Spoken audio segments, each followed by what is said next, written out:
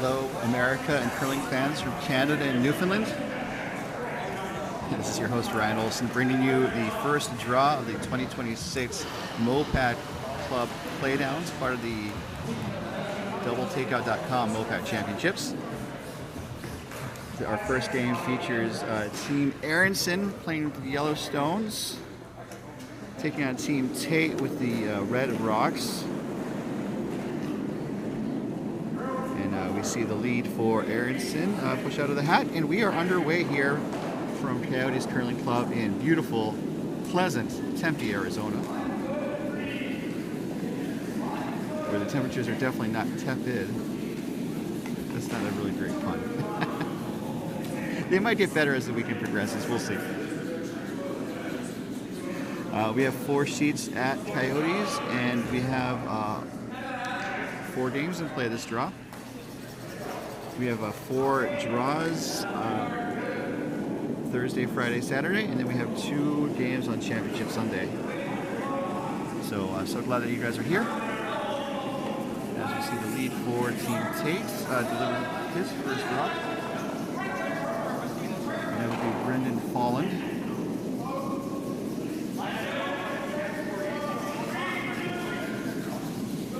Just to let you guys know where stuff is, this is our feature sheets. We will stay on sheet C for most of the weekend,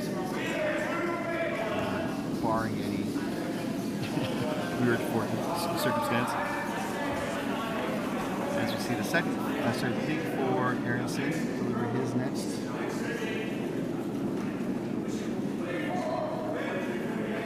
Appears to be Joel Calhoun. Good draws and guards for their first shots.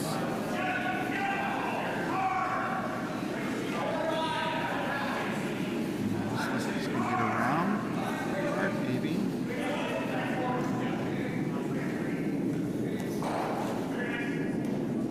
Actually, that draws in. This looks to be take-outable, which is a phrase.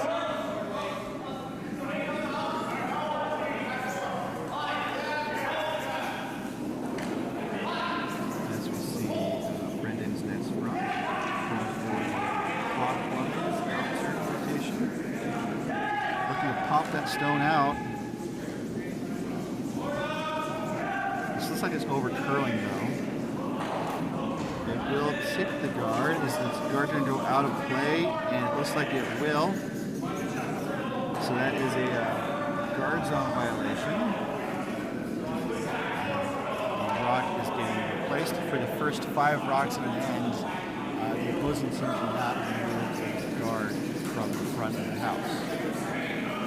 So that's what happens there. The stone is reset.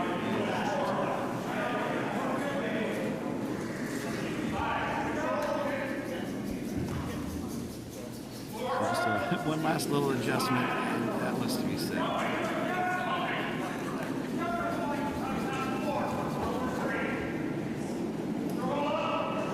So the reason why we have the guard zone is to help encourage more rocks in play and thus increase the scoring.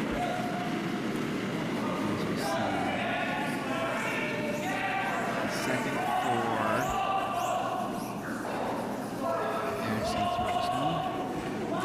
Looking to draw in, I believe. This is a little heavy though. So actually was a takeout.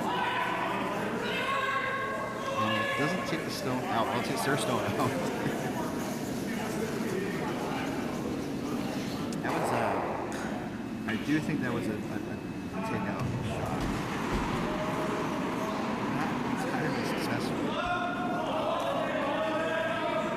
Tait has the broom down for his second. This looks to be Woody Woo. And looks like we are going into a hidden game here in this first end.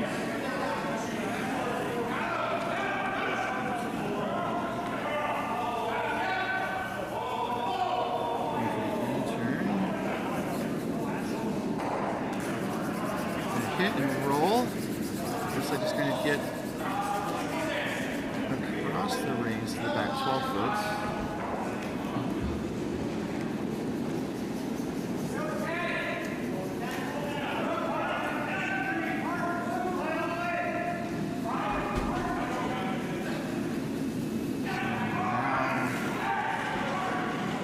sitting 2 in the rings on the 12-foot as we have some more cleanup on aisle C.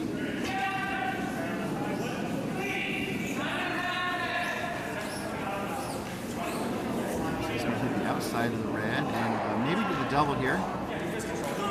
It is the double there. Oh, it's so close. And, oh, not quite. Although all double takeouts are being brought to you by doubletakeout.com.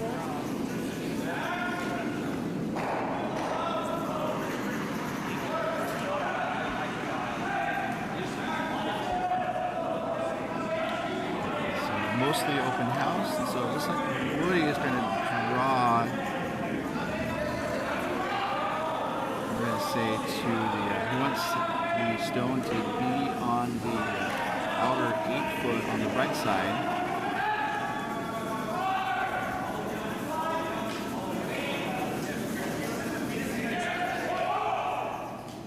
Looks close, sweepers are on it, just to make sure it carry to where it needed to go. Pretty close to where Skip Tait had the broom, just a little inside.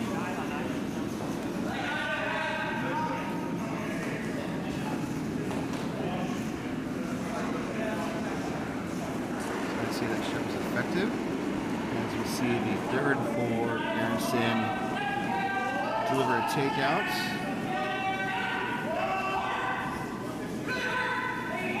Speaking of takeout, there's pasta brioni. Guys. Hit and roll. Accomplished.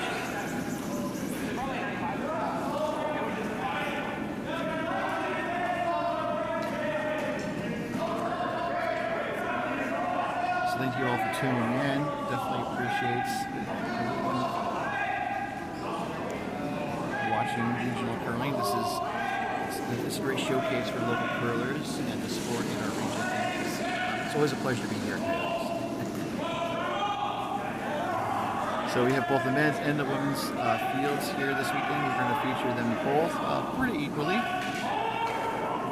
Looks like they're trying to get this over, and it will get over. Will hit pretty much close to the nose, I'd say, indeed.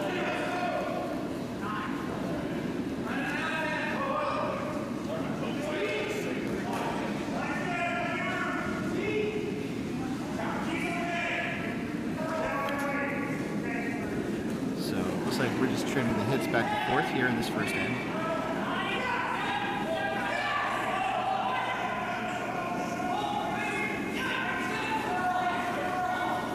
Supers are called off. Now they're trying to push it over.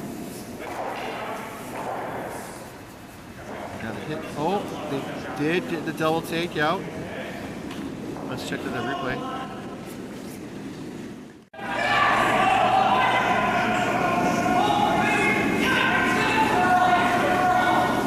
Supers are called off. Now they're trying to push it over. Got a hit. Oh, they did get the double takeout. Let's check the replay. And that double takeout was brought to you by doubletakeout.com.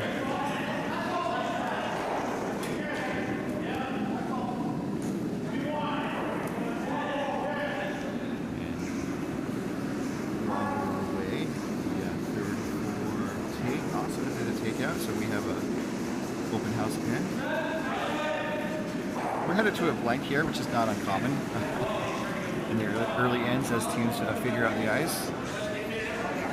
Teams also had a 9-minute warm-up before this game. And then we did the draw shot challenge, or the last stone draw, depending on who you ask, to see which team is closest to the center of the rings. And the team that is closest gets the benefit of the hammer for the game. Also, the measurement is also used as a tiebreaker should it come into play later in the weekend. So we are to Skip Stones. This is Aronson's first, just a nose hit.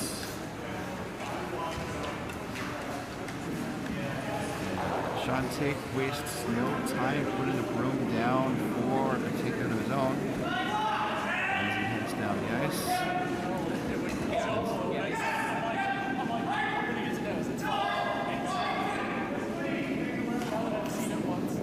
He's teams are being timed. You can see the clocks in the background there to the left side. The teams have 30 minutes of what we call thinking time for 8 ends of play. Teams also have 1 timeout during the game, and there's no extra end in pool play. In pool play? That was a drill. Oh, my bad. So I've been informed, so it's nice having the competitive chair right next to me. So there is an extra in pool play, but I guess so if it's tied after the extra, then it's a draw shot. Okay. And so if it does go to the extra, there's an additional time allotment, and I believe an additional time out for the extra. So Tait's takeout was true.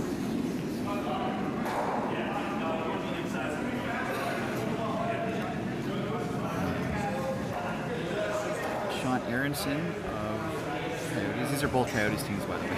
There's a lot of Coyotes teams in the field. Going for takeouts to just maybe roll under that guard. Maybe make it a little bit harder for Tait to make the blank here in his first end. It's just a slight roll, not too much.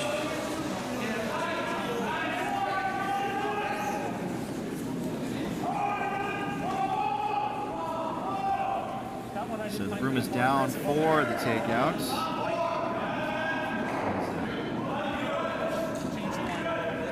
Tait gets set in the hat.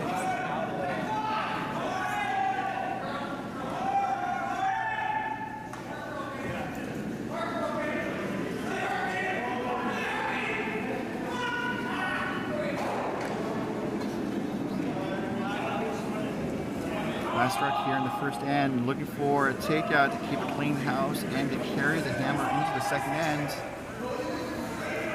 So looking to hit on the outside and roll out. Mission accomplished. So we will carry the hammer to the second end.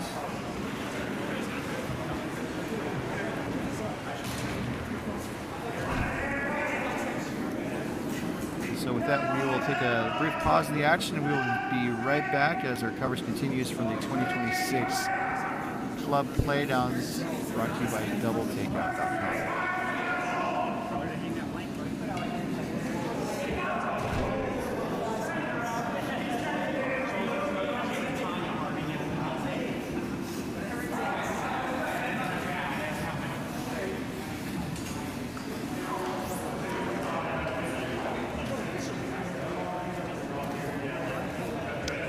Coverage of our event is being brought to you by DoubleTakeout.com.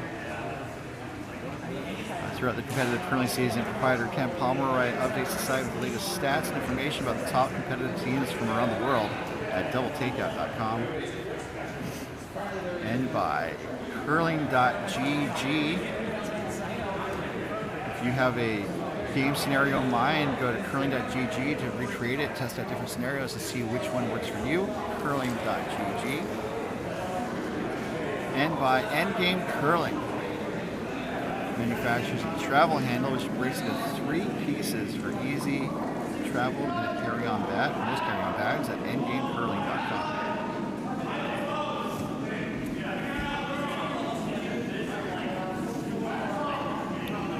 Alright, back to the action here as we have the lead for Aronson looking to put up a second drew in. I don't know if that was what he wanted. When it gets down to 10 seconds, I think not like when it's about 10 second runoff, he can throw a draw. He's never used the time. Because that time we were about 5 seconds on his first round.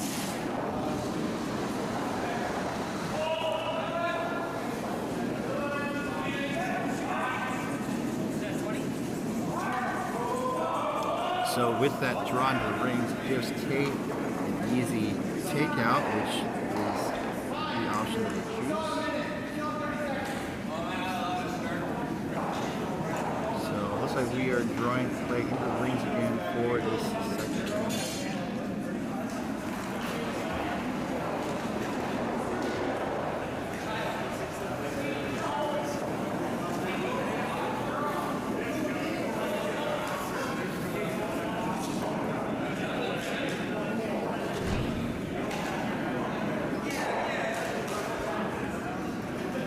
Much of this end is being brought to you by doubletakeout.com.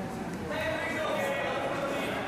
have a top men's or women's team that you like to follow. Check out doubletakeout.com to see how they fare against the competition in a variety of ways. Doubletakeout.com. So that hit was made by Aronson's lead, and so we're just trading hits back and forth, as I said. If you try to push it over a little bit and roll out to the wing, which is made.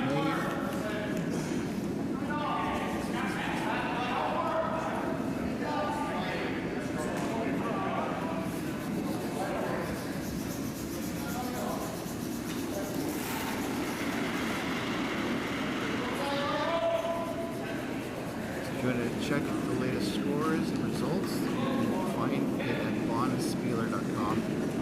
This will update the scores for the latest draws. You can check out the schedule and more at bonspieler.com. So the hit and roll for Aronson is made. Rolls back towards the center.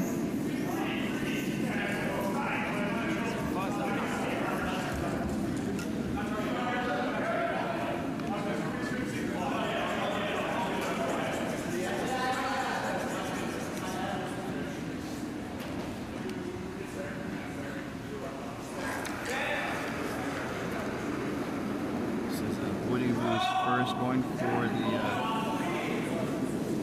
clockwise take out.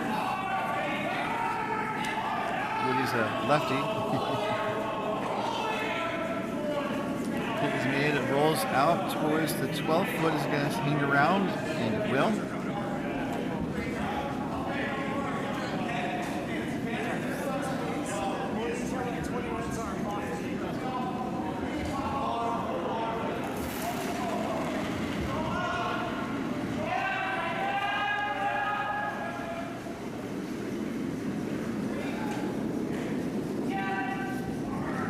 Stone coming for Aronson. This is going to hit, and maybe nose. It rolls actually back towards the center slightly.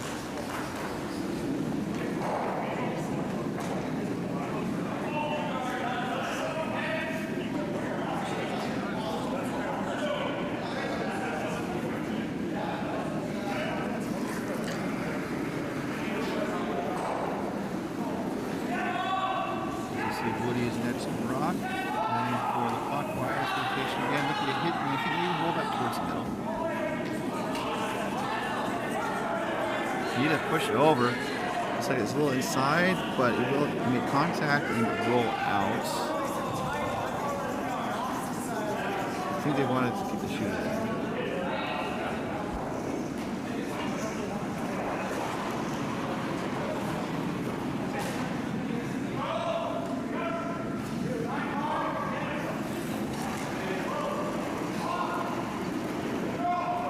Wide open house, no guards. Aronson's looking to draw.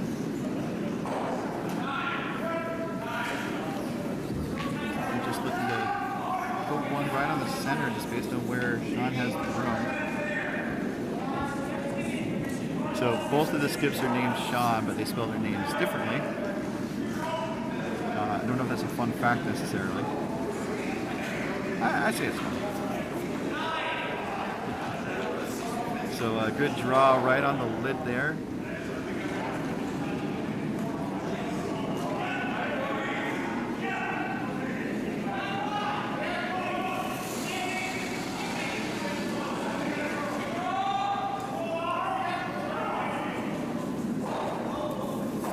I'm just looking for a soft takeout weight here. It's not so soft. Oh, it just flashes. It makes brief contact, tap it, and then just shoot rolls away, and the shot still sticks around. So a bit of a miss there. Maybe the first mistake at the end for Team Tait.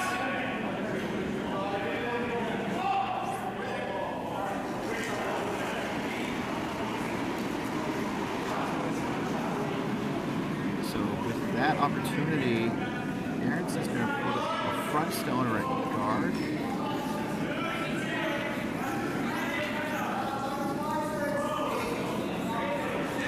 It's coasting a little bit, maybe a little bit more than they would like, or they could try to go for a freeze. It's looking more like a freeze to me. A little tap though. This actually could set up a double. And that is what Tait would like to see from his theory.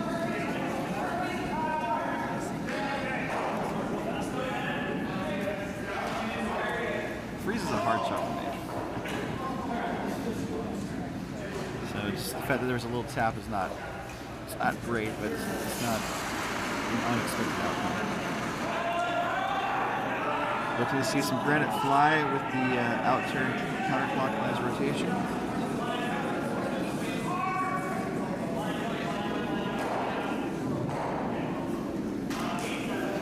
Gets them both moving.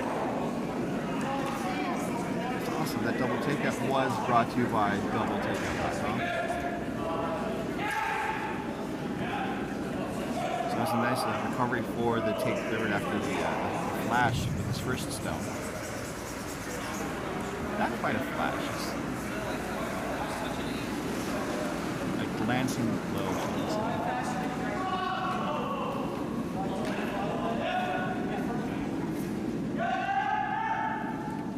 Oh, okay, so it's not a double takeout. I apologize. Only one of the Aronson stones went away. But Sean Aronson is looking to remedy that with his first.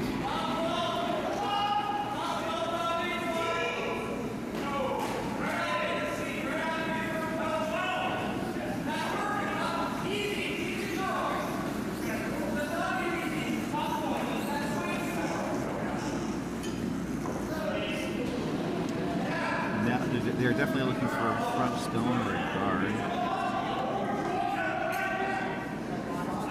This is going to go a little deep again.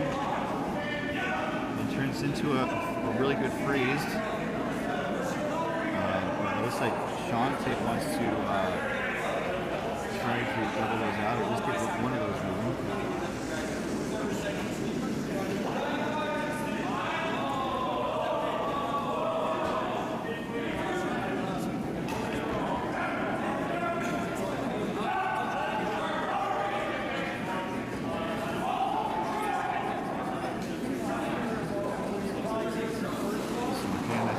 See some granite fly. Tait talks over the shot with his front end.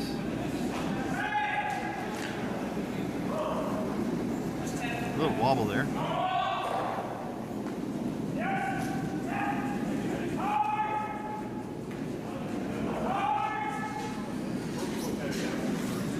Was close. Gonna get one.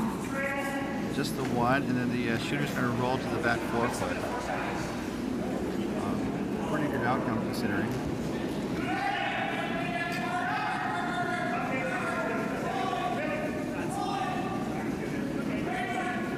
The shooter rolls open though.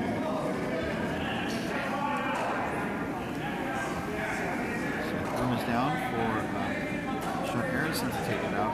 Sean spells his name S-E-A-N. Tait spells his name S-H-A-W. So there will be a quiz later. As Aronson gets set for his last rock without the hammer here in the second end.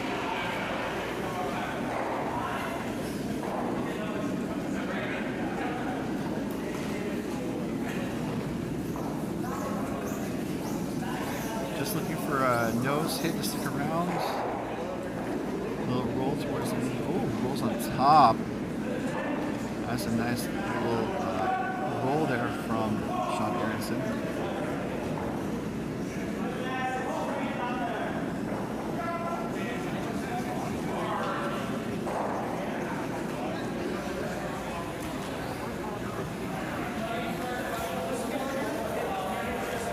And it looks like the broom is down for a double takeout, or maybe a hit and stick.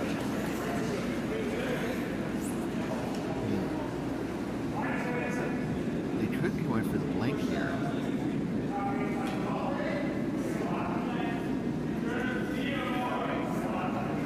Alright, this is the last rock of the hammer. for Sean Tait. Looking, I think, just a nose for a single point. It's only a few seconds.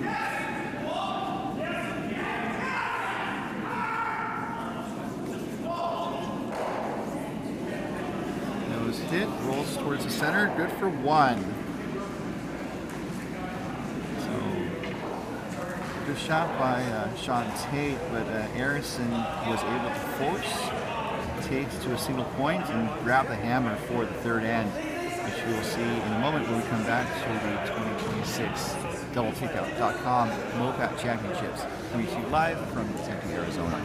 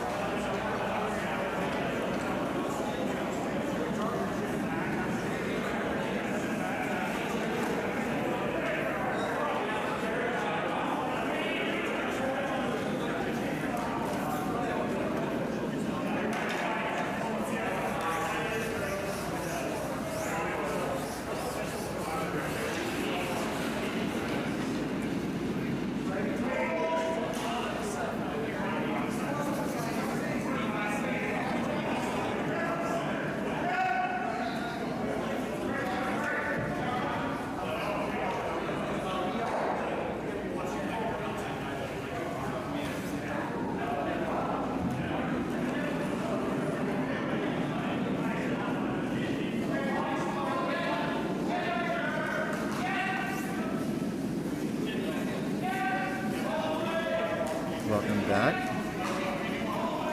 to our ongoing coverage of the 2026 Club Playdowns. First rock coming from the lead for Aronson. That's going to be Joel Callahan.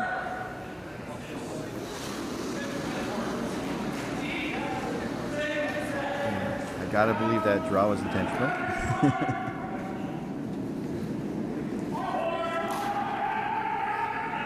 It does set up the takeout for Brendan Fallon.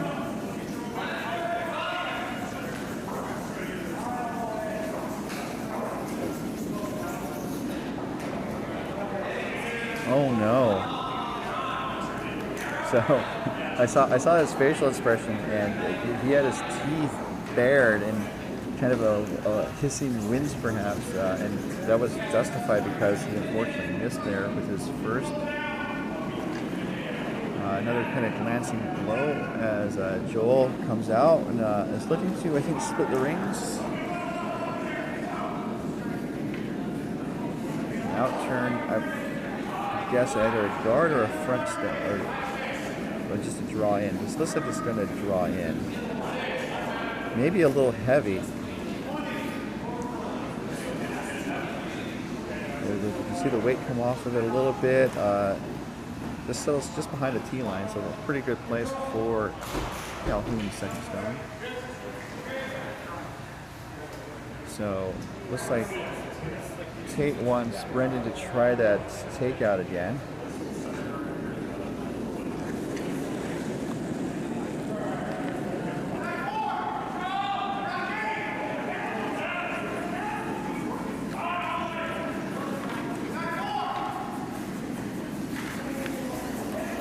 This looks to be better on target. It's going to roll over on top of the yellow on the right. That was a good hit and roll there by Brendan. That's a kind of a good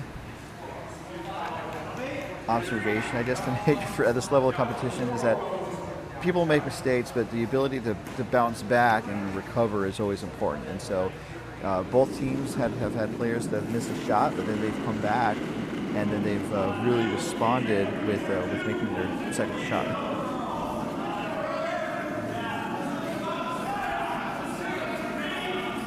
This net stone coming from the second for Aronson. And this looks to be maybe tapping the red back slightly. And that was made. Good shot there from second. Kevin Maloney.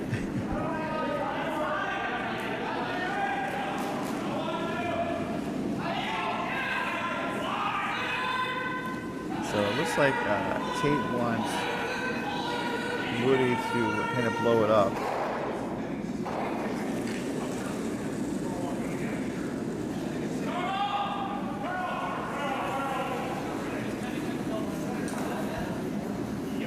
Sweepers jump on it. Trying to push it over a little bit. I think they're going to get flashes entirely.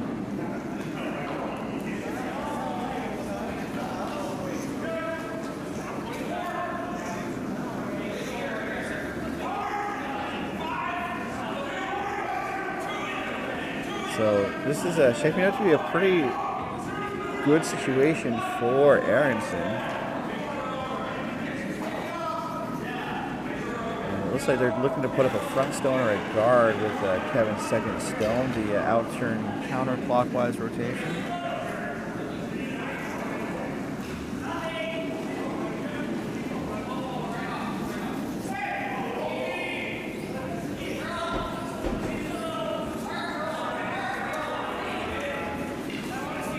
It's not really coming over as much as I think they were expecting it to. It does draw in. May have not been the shot they wanted, but they're now sitting 3 rocks.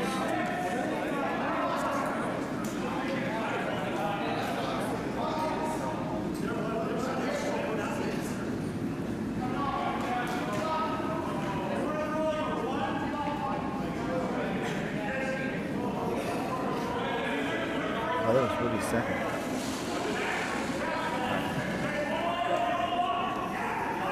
This should be Wayne, I believe. Wayne Fleming is his name. Double takeouts is his game. Okay, just one takeout. A little hit and roll though.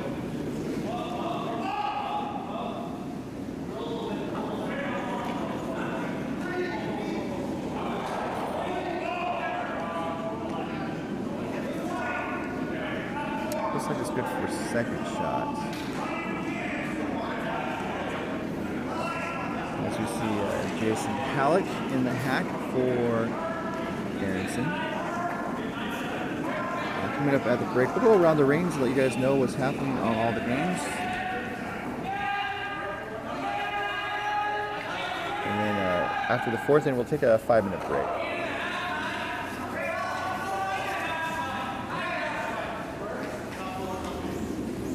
Halleck's shot opens up the center.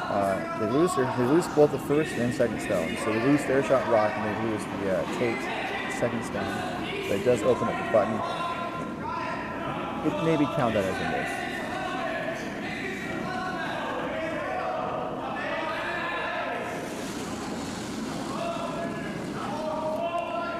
As you see Wayne's next direction. Looking to take that yellow stone out. I think ideally stick around. Also, you don't want to jam, which is not going to happen. Rolls right towards the center. So a good shot there from Wayne.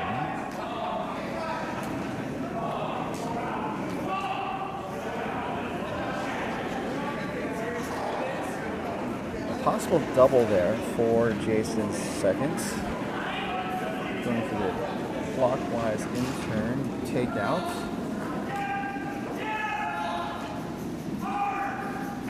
Trying to, I think, need to push it over a little bit. makes contact enough to get it out. So I think they were hoping for the double, just settling for one. Not a bad outcome. They do lose the shooter though. So it's open house, and Tait's looking to force to return the favor that Sean Aronson did with his force in the second one on Team Tait.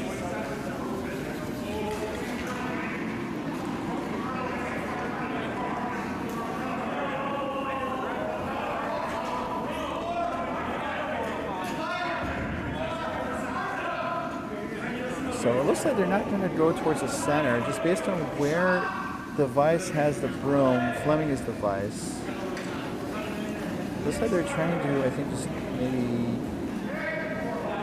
put up a stone on the wing and narrow the scoring area.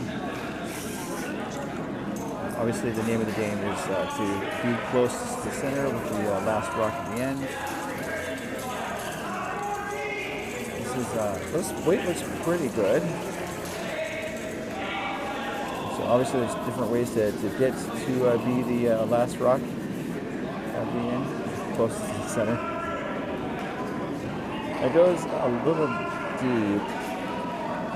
It does set up a possible double.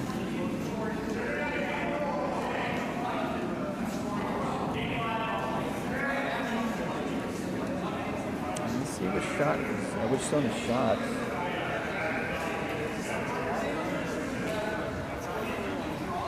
Looking at the overhead, it does look like they have the broom on the shot stone just off the center.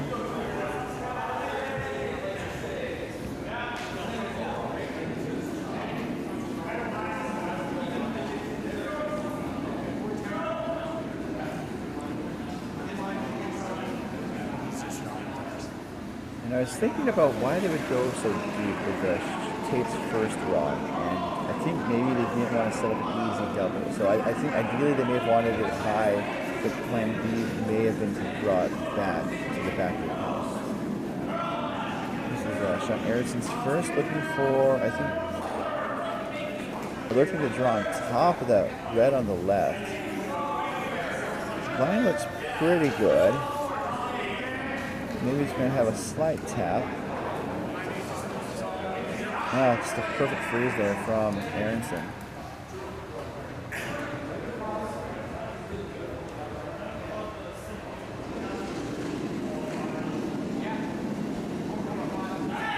So I don't know if this is a situation that Tait can kid himself out of.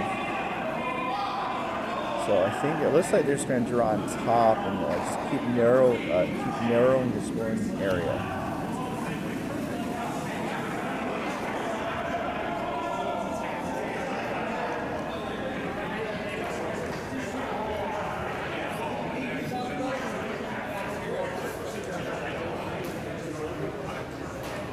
After being a pretty, this is a wide open house like 4 stones ago. And just like that, we have a decent number of rocks in play, and Tait is, I think, just drawing the corner freeze on top of the Aronson shot stone.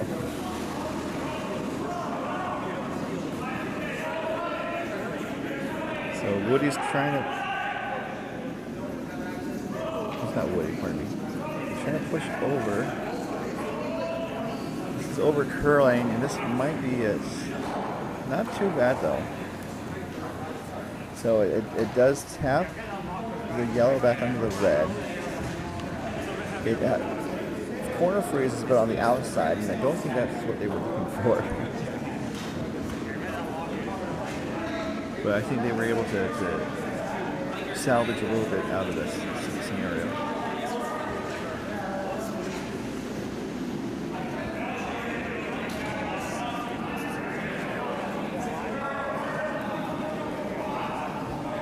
So they could be trying to go for 2, and I think that it's not a bad setup. I mean, the red stone is corner frozen, but I don't think that they can get the yellow moving out of scoring. So basically, I think they want to kind of slap the red on the side softly, and then have the red push out further into the 12 foot and have the yellow stick around. There's a little bit of yellow back. I think it's helping there. This is the last rock coming from Sean Aronson.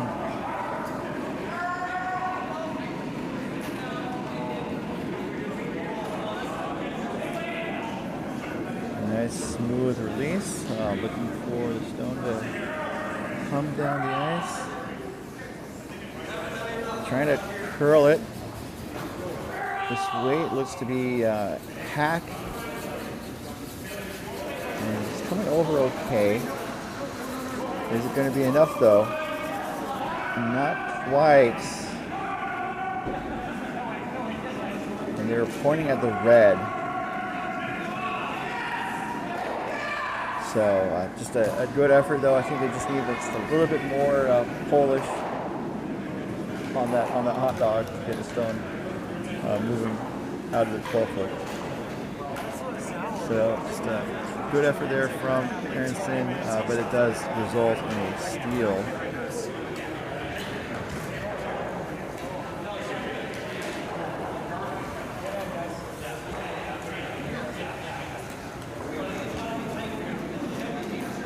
That the score is Team Tait 2, Aronson 0. As we head into the fourth end, Aronson has the hammer. So there's a minute timeout between each end. That's kind of why the teams are there. Just kind of paused, waiting for the go-ahead to proceed. So I mentioned before that teams have one timeout. Teams do have that minute break between ends, and they can talk to their coach, they have a coach, or an alternate player if they're in the field.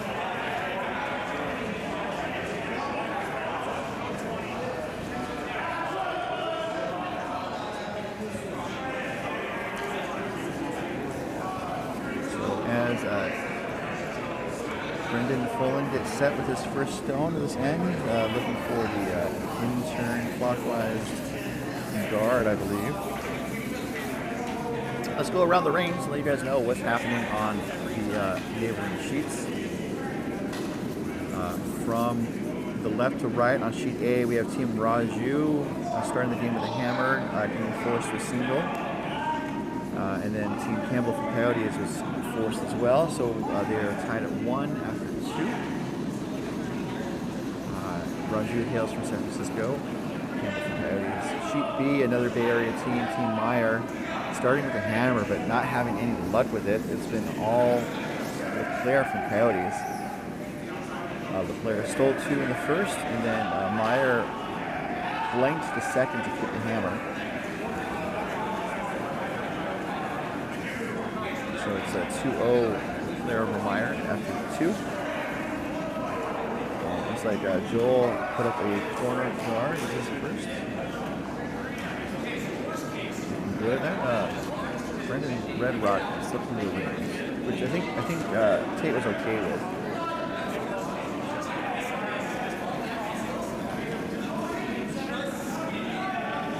As we see the next stone coming from Brendan, looking to guard. This rock is a little light though. Is it going to get over the line? Sean's coming out to help. Is it going to get over the line? It does. And that's what I call a snoot guard, just because it's so high. It's a wordplay joke.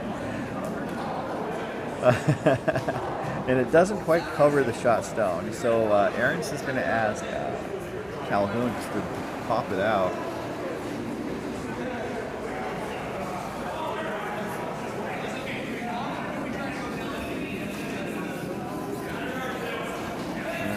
Just continue our trip around the rings. Sheet D, another Coyotes clash as Joel Stone is around the guard and will make contact with the shot stone. And send it to the back 12 foot. Is it going to get out of play? It does. So good shot there from Calhoun. Not a lot of weight. That's always a good reminder that people feel like they need to throw a lot of heat to take out stones. You don't need to do that a lot of the time. On sheet D, we have Team Slusser starting the game with a hammer, and they converted the hammer with a 3 spot in the first. Team Siggins was forced to a single in the second, making the score 3-1 Slusser over Siggins after 2. So Woody's next rock here, around the guard. It's going to hit the shot stone, and the shooter's going to roll out of play.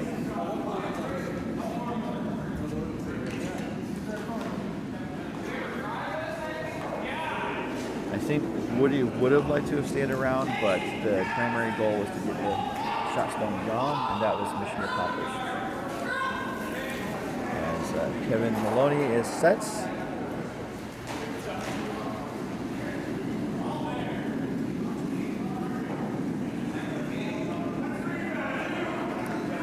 As coverage of this end is being brought to you by curling.gg.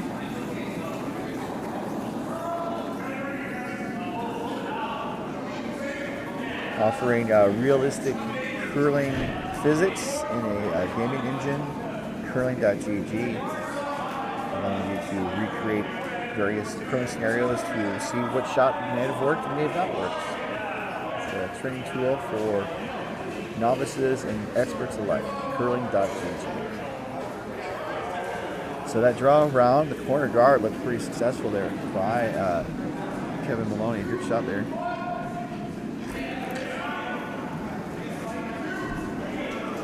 So it looks like Woody is going to try and draw on top of that stone in the rings through the guards on the left side of the sheets, looking to push it over.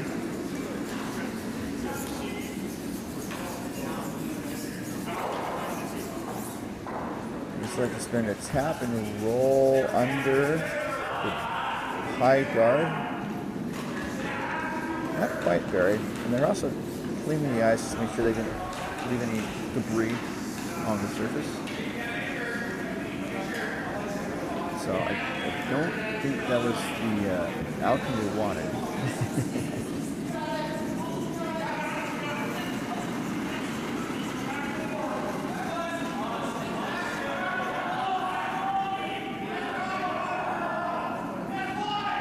Kevin's next shot, I think, looking to draw around corner guard again. It's a little tight. Actually, you can see it curl right there. I was going to say it was tight to the center stone, but it was actually too tight to the guard. It was light. That was the factor there.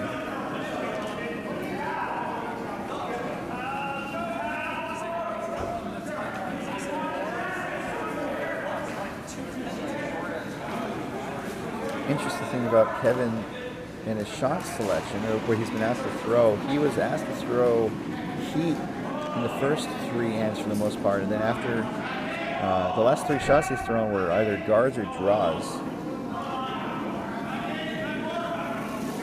He's been more successful with the takeouts than the draws. So Wayne's first stone of this end. Looking to draw around the guard, but they're going to crash the guard. And trying to push into the rings, and it will get there. So that, I think, would make it likely to take the blink off the table.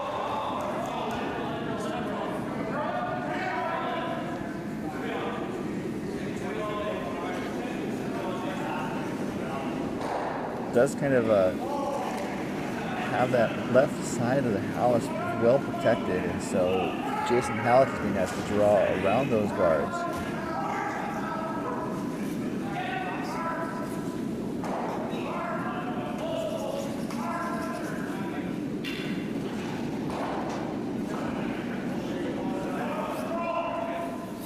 Looks pretty good. The weight might be a little up. And indeed it was. How far back is it going to go? It's going to go to the back of the house, maybe hanging on to the back of the house by the hair of his chin. I think it does. Look at the overhead cameras. It looks like it's on the very edge.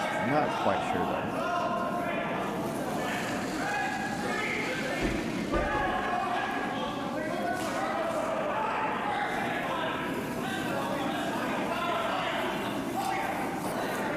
So Fleming's next stone.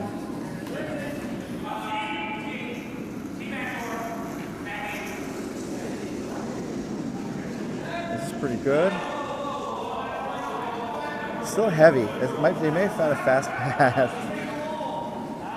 as they're going to send it to the back of the 12 foot.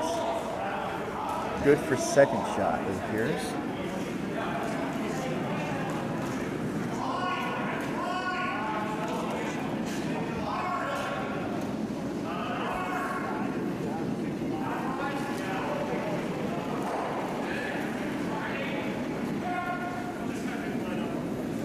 Alex next rock, looking to draw again around those guards. Now they're trying to push it over. The weight, I think, is going to be important. Looks like just carrying again, so it looks like they're going to maybe just tap the red stone that was just put into the rings. Indeed, that is what happens. And so now Aronson's sitting 2. That was a good response there from Halleck. They're a little heavy with his first. It's also kind of fascinating because this game started off with a lot of takeouts, and it's really gone into a draw game. And it does underscore the different philosophies in curling, where you have a team that, you have teams that either decide they want to be offensive or defensive or balanced. And the obvious answer is you want to be balanced. But before you get to balance, you have to kind of decide if you want to be offensive or defensive. And it's kind of counterintuitive. If you want to be offensive to try to score, you want to have a lot of rocks in play. So you're drawing a lot for offensive. But if you want to be defensive, you're throwing takeouts to keep an open house. To try to minimize scoring opportunities. And so the first part of this game started off very defensively as both teams were throwing takeouts. And it's now shifted to a more offensive game as there's rocks in play and both sides are drawing. And of course, as I said before, the supreme outcome is you want to be a balanced team. You want to be able to do both. I mean, it seems obvious, but here we are. I think it also just as a team develops. People look at the juniors, people who are under 18 or under 20, and those teams like to throw heat because they can, and it's fun. And that would be a defensive play.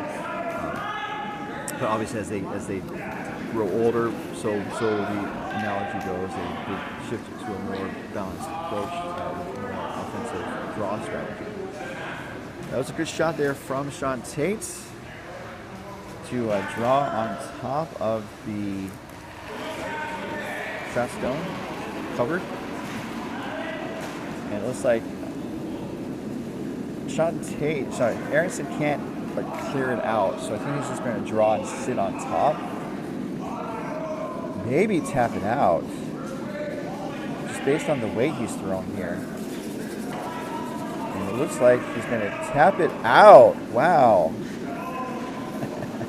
Good shot there by Aronson. And again, soft takeout weight. You don't need a missile most of the time. Sometimes you do. But a lot of times you don't need the high hard one.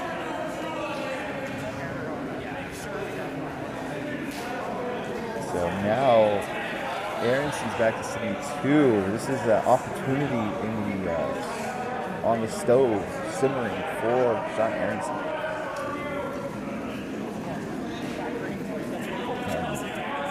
Tait doesn't have a lot of options.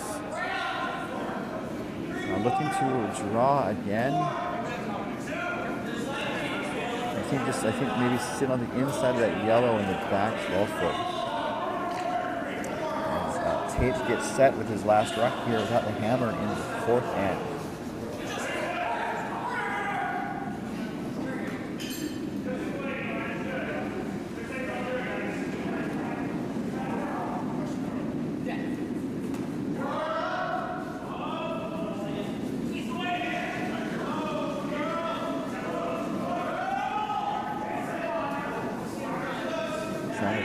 under.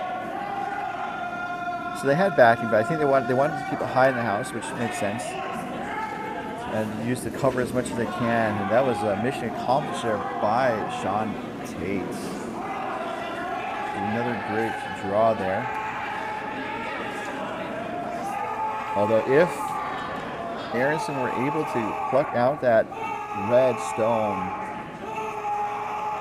they could score 3 if they were able to keep the shooter around. But I don't think they could keep the shooter around. Although it looks like they're set up to do a similar shot that Aronson just threw.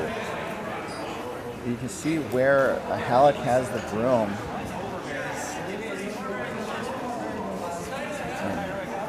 And that's set up for a draw. They're set up for like a heavy draw tab. You can see the clocks in the background. Both teams started off with 30 minutes, and they are ahead of pace. So both teams playing with relative speed. Interesting situation for Aronson.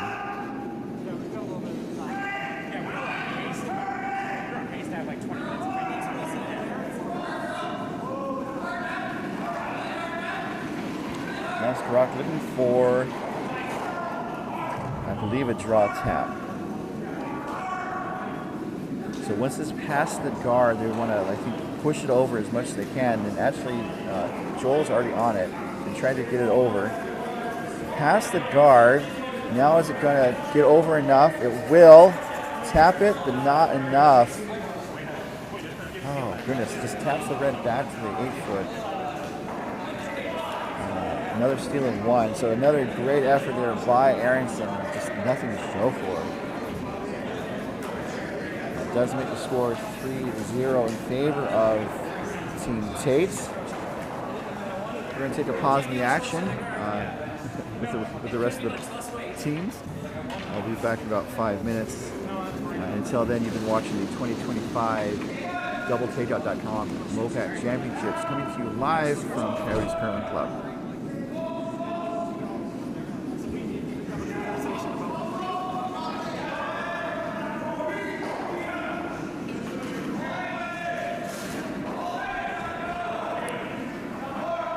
And ongoing coverage of this event is being brought to you by DoubleTakeout.com. Updated throughout the competitive curling season to see how the top men's and women's teams from around the world fare against each other after major events. DoubleTakeout.com.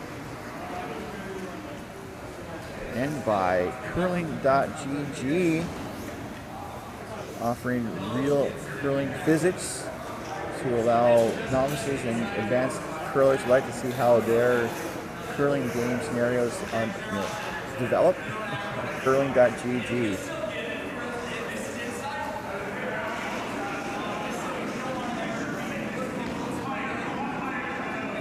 And by Endgame Curling, manufacturers of the travel handle, which separates into 3 pieces for easy storage and most carry-on baggage. EndgameCurling.com.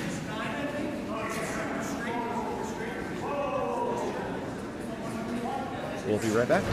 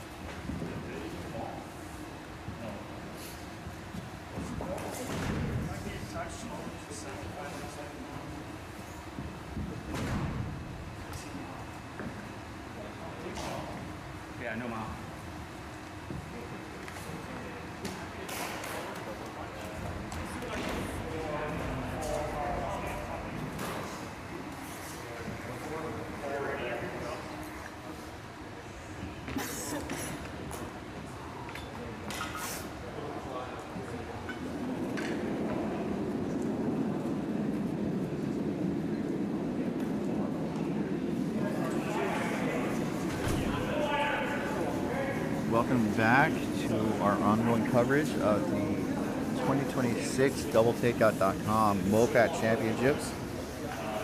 It's been a really close game. The scoreboard shows that to some extent, although it doesn't show that Aronson's had some really great opportunities and just hasn't been able to cash in, unfortunately. As the score is now 3-0 in favor of Team Tait. As the first stone for Team Tait without the hammer. Looks like it went into the ring.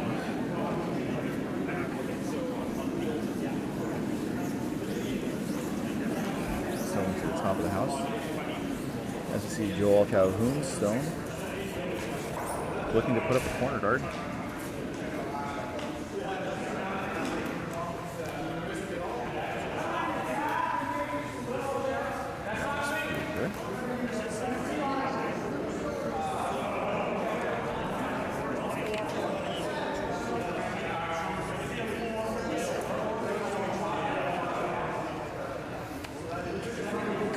Team Tait. Brendan's been curling for 4 years, and that is all we know about him, according to the bio that he gave us. He prefers to remain a man of mystery. As looking to put up a guard.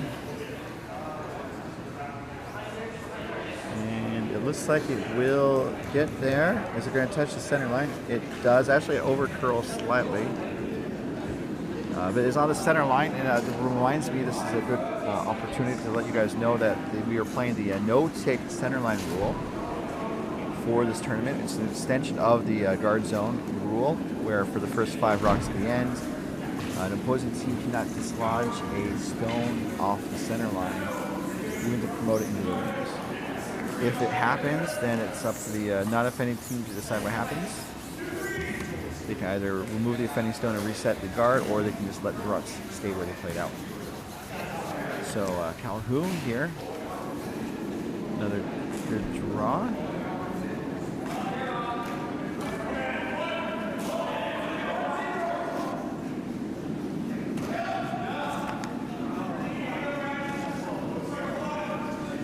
Joel's been curling for 13 years. Including winning club playdowns in the previous incarnations in 17, 23, and 24. As we have Woody looking to do some cleanup here. I think looking to hit out the stone that Joel just put up. And it does make contact. And the shooter rolls away.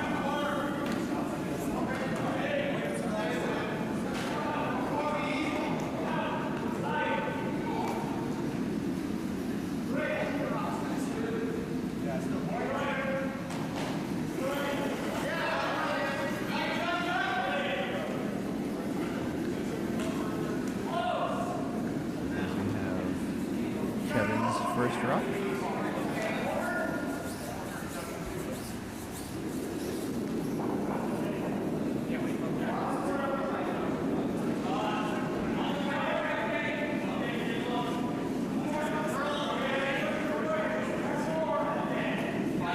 And this will end up in the rings undercover, it looks like.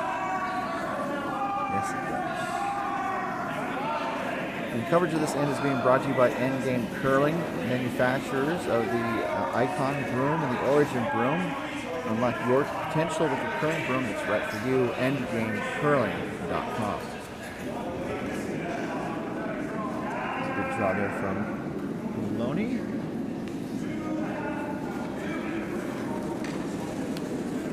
As we see Woody's next rock. Woody's been curling for 5 years.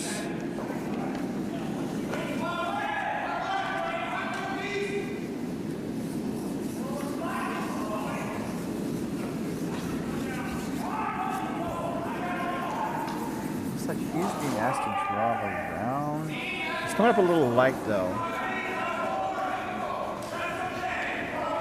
Will it wick off? I think it wicked off.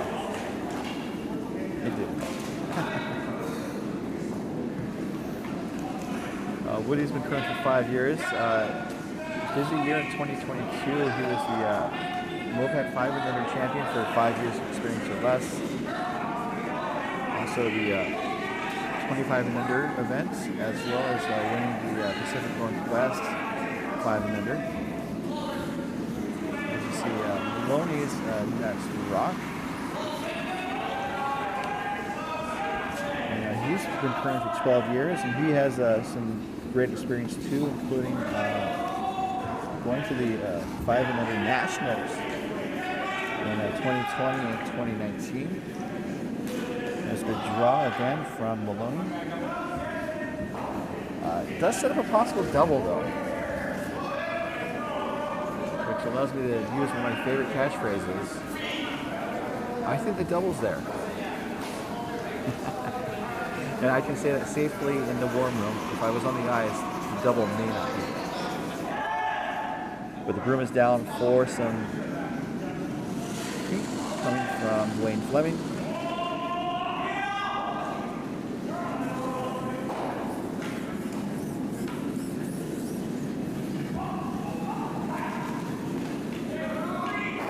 Was pretty close. This one moving, is the second one gonna get out of play? It does. Stays in the field of play that is out of the rings. Let's see the replay.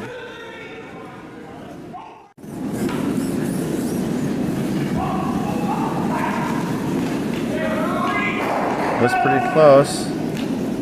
This one moving, is the second one gonna get out of play? It does.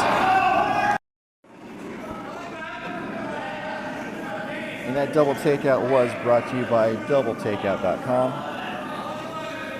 So Jason is going to do some cleanup. Looking to hit and roll. They lose the shooter. They do get one of the stones out of play, so mission accomplished.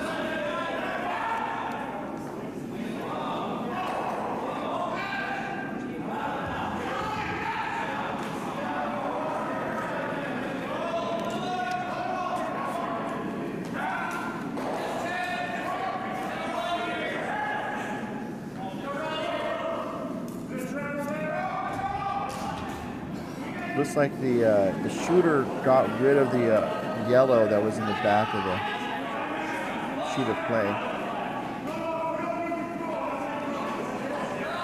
As Wayne Fleming gets set, he's been curling for 17 years.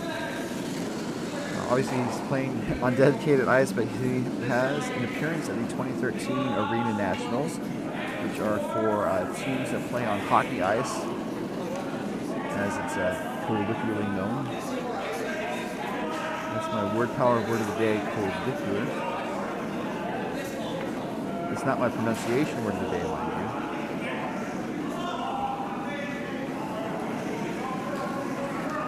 you. Wayne's also been to MoPac Club Playdowns several times, including from 2012 to 2019. Took a couple of years off, around COVID, it looks like. And he came back 21 through 24.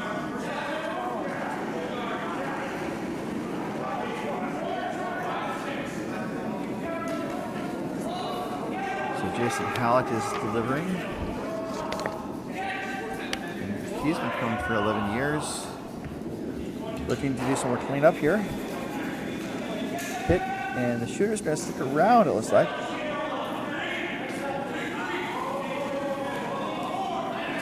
Good hit and roll down there.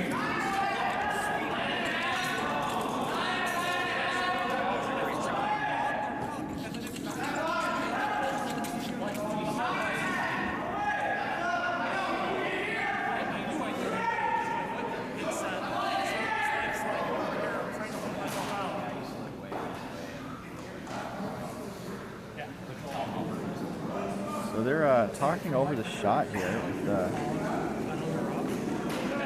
Tait and Wayne Fleming. They have the broom down, looking to draw around the center stones, which makes a lot of sense. If you don't have the hammer, you're looking to control the center of the sheet and the front of the house. And so Aronson is currently shot stone, but they're on the side of the house. And so it allows Tait to try and draw around the center stone and sit shot, bury, and that looks to be a really good situation for Tait. Conversely, if you do have the hammer, you want to try and have lots of scoring opportunities. So you want to try and draw play to the sides of the house, the wings, as it were, and then, if you need to, draw in to the center for your last shot to at least score one, but hopefully for multiple points. As Tait gets set, Tait, he's also one of the ice makers here at Coyotes. Looking to draw. He's been curling for 22 years. His resume includes the 2023 Spring Training Bronzeville Champion, held every spring here at Coyotes.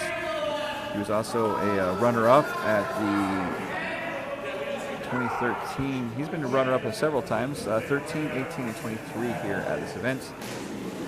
And he also has a stint at the 2023 Club Nationals. This draw doesn't quite get all the way around. And so it looks like it's something for Aronson to take on. I think he would kind of hit and roll under the front stone to the right. So again, kind of playing into the strategy, if you have the hammer to try and score multiple points, you want to have a second point to the wings and hopefully set up a possible 2 or 3 points.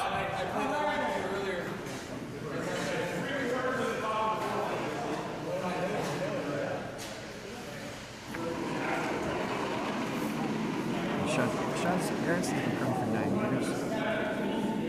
He's a decent number of championships under his belt, as it were. Including the MoPac 25 and under champion. This is going to hit. It's not going to keep the shooter, though.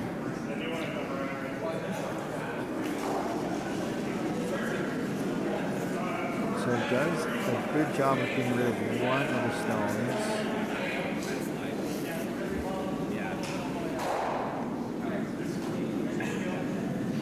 I think he would have liked to have stuck around.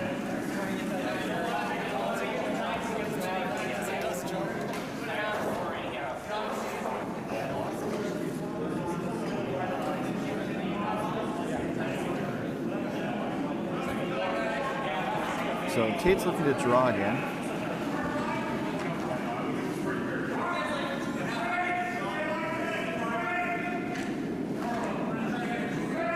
Last rock for Sean Tait without the hammer here in the 5th end.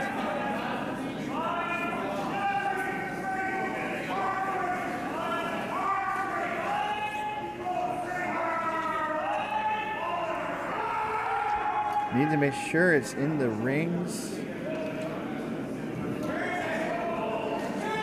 Oh, scooted past that front stone to sit buried in the back 8 foot. That was a great shot.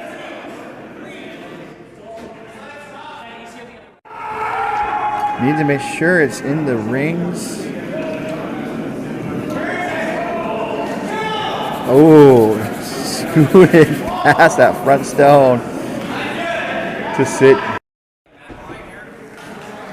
So, I don't know if Sean Tait could put it any better in the rings, even if you went up and just like put the stone in by hand. That's a great shot there. Really tight to the front stone. And now Aronson is faced with another tough shot.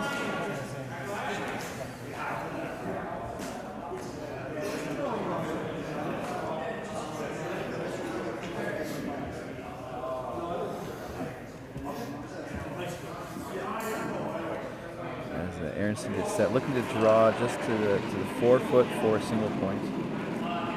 This is his last rock, the hammer, here in the 5th end.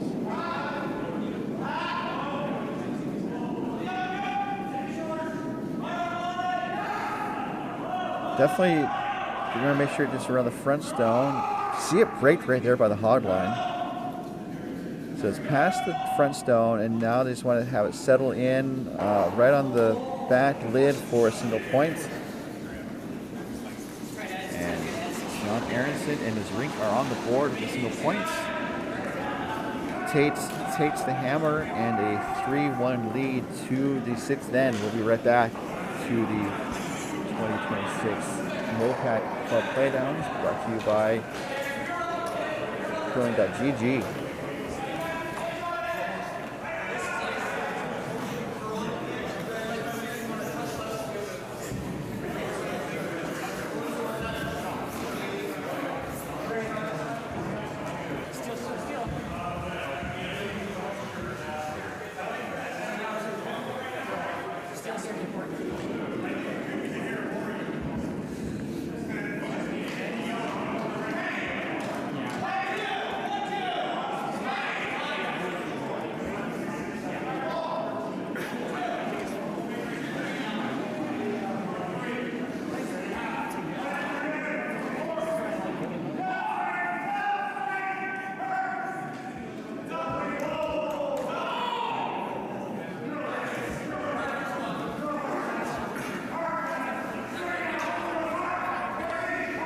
Joel gets set for his first rock of the 6th end. Let's go around the rings one more time. Again, all scores are being posted at bonspieler.com. And also we are streaming, thanks to Coyotes, all the other sheets. The Coyotes Curling Club YouTube page. That's youtube.com/@Mark Coyotes Curling. That's the @ sign. So Joel puts up a guard. Good shot there from Joel. It's on the center line as well. And so looks like Tait is opting to draw around that center guard.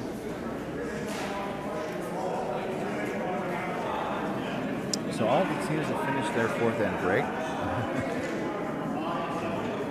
And going around the reins on sheet A, we have Team Raju from San Francisco, tied with Team Campbell and Coyotes, all square at 3. Both teams opened up with singles. They traded singles back and forth, and then they traded deuces back and forth to make that 3-3 tie in the 5th end.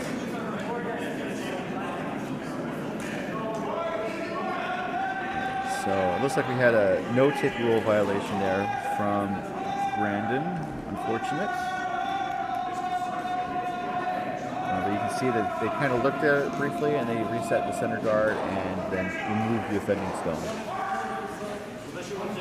So on sheet B, we have Team Meyer from San Francisco taking on Team LeClaire from Coyotes. It's very close. LeClaire is up 3-2. A single in the 4th is the difference in this game so far. And on sheet D, the contest between Team Siggins of Coyotes taking on Team Slusser of Coyotes. It's mostly Slusser so far. 5-1. The difference there was a 3-spot that Slusser took with a hammer in the 1st end, and then since then they've been trading singles back and forth. So that's our trip around the rings. And then on our feature sheet, they are staying out of the ring so far as Joel puts up another guard. As you see, Brendan looks to try and draw around those guards again.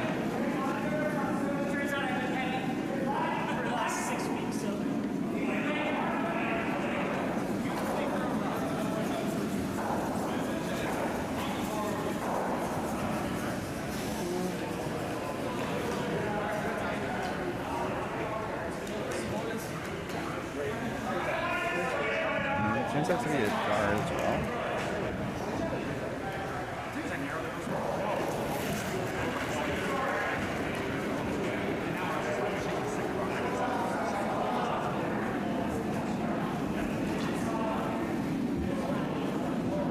As we see Kevin's first rock. I'm pretty sure he's drawing around. This coverage of this end is being brought to you by doubletakeout.com. Throughout the competitive curling season, proprietor Ken Pomeroy updates the site with the results from major curling tournaments, so users can see how their favorite men's or women's team stacks against competition. doubletakeout.com.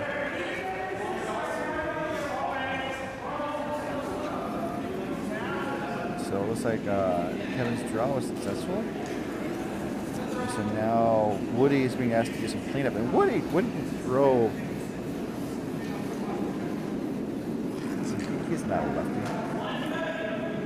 What was I thinking?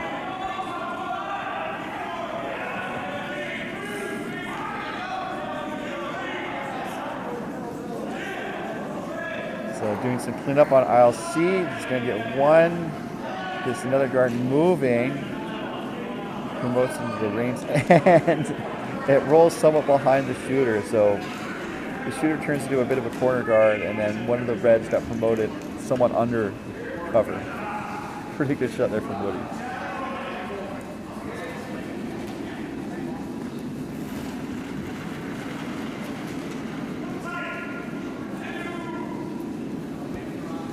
Next rock coming from Evan.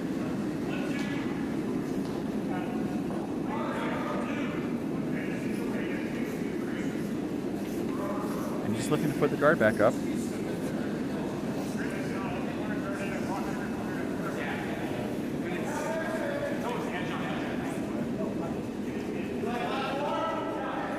It was pretty good. Maybe a little high. And it does set up a possible double.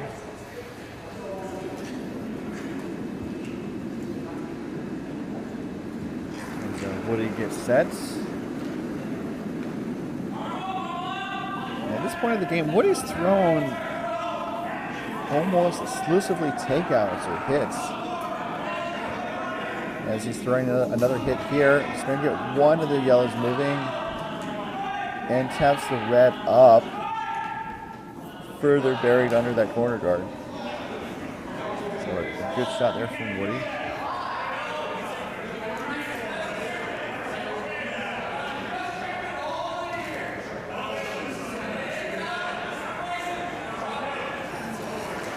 So it looks like Woody's made most of his takeouts. He's only had like one outright miss, and that was in the third end. As Jason Pallett gets set to draw, I think, or maybe sit in the top 8 foot might be the call.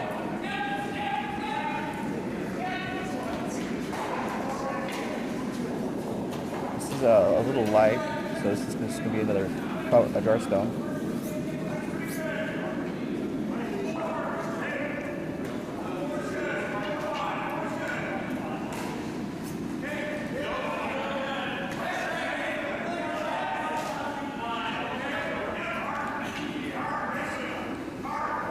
So it looks like Sean Tait would like to peel.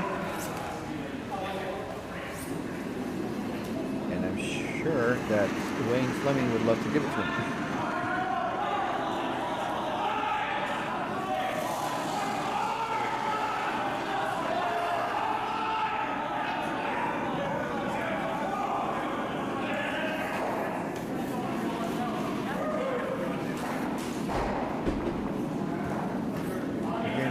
One of the stones and actually taps the corner guard up slightly.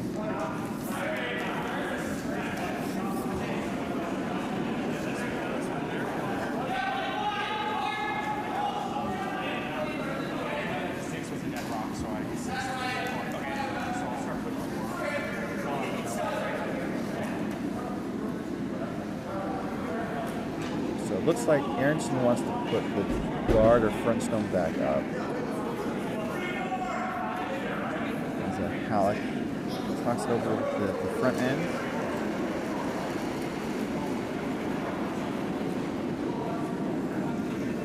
Halleck's thrown a mixture of takeouts and draws. Funnily enough, like he hasn't been asked to switch shots in the middle of the end. He's thrown, like, the first thing he threw hits, the second that he drew, and it's kind of alternated back and forth, hit, draw, and this end has been draws. And it looks like he's been fairly successful.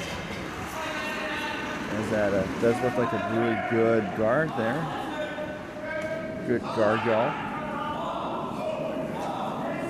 And full marks for that. Yeah, he's been pretty consistent all around. He had a 1 week takeout and 1 week draw. Otherwise, he's been pretty solid. So it looks like Fleming is being asked to clear the front again with the outturn counterclockwise rotation.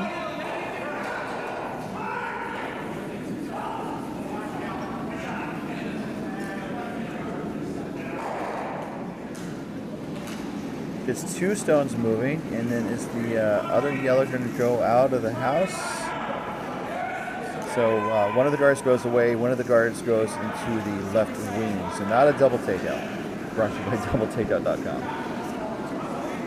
It does clear the front out though. So Fleming appears to have thrown almost exclusively takeouts, except for in the fourth end where he drew twice. And again, just like Jason, he's been fairly consistent.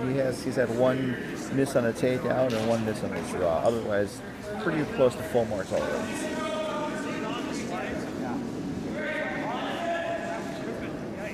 I'd also say that in terms of rotation, he's thrown about half out-turns, half in-turns. Aronson gets set.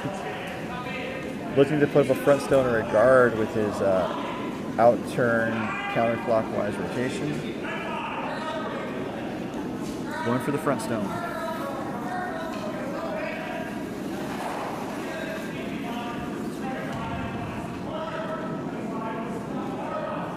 This is over curling though. So this does give an opportunity to Team Tait.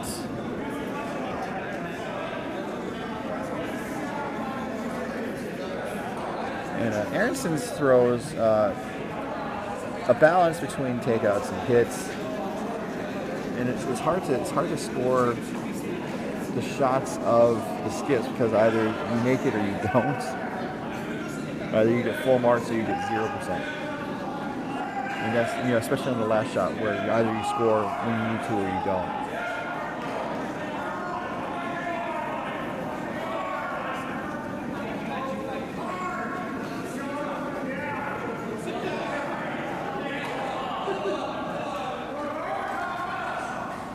So it looks like Tait has the broom down for a takeout. And mentioned earlier how both teams started off hitting a lot, then switched to drawing. And that definitely reflects in Sean Tait's shot selection as the fourth stone thrower. Opening up with takeouts, and then in the third end really switching to draws and takeouts. Sorry, switching to draws or freezes. And he's been successful all around. The lowest mark I have for him is 75%. Or 3 out of 4. And just kind of loosely trying to keep shot percentages based on how they do it at the major events. Either shots are graded either 0 to 4, just based on if they made the shot or not. If they don't make the shot at all, it's a 0. If they make the shot and it's great, it's a 4. And that shot was made, slight roll. I mean, it accomplished the primary objective of getting rid of the yellow stone. I think he would have liked to see some ball there. So I might score that as 3 out of 4. Because ideally, I think he would have liked to have rolled undercover. I guess the other thing is you want to try and score shots based on what is called. Because if the skip gives the person throwing the stone an impossible shot, it's really hard to penalize the person throwing the stone for that. This is Sean's last, looking to hit, and I think he wants to roll if he can. If he rolls open, it sets up 2. And this is going to be close. Oh, it's just a nose hit. So it does accomplish the goal of clearing one of the red stones. But he wanted to see some ball.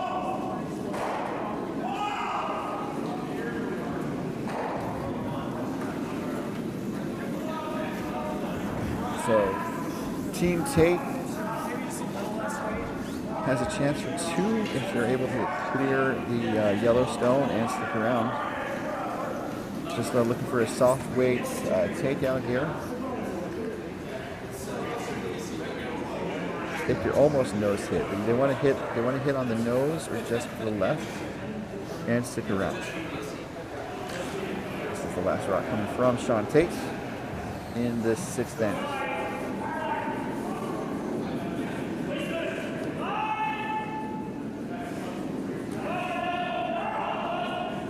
Looks pretty close, so sweepers were on it now. Now they're trying to coax it over, curl a little bit. Does he want to stick around? Are they going to stick around? The answer is no. So a good force there by Team Aronson. As Sean Tait takes a single with the hammer. But Sean Aronson will take the hammer at the 7th end when we come back to the 2026 Club Playdowns stream broadcast on the curling.gg network.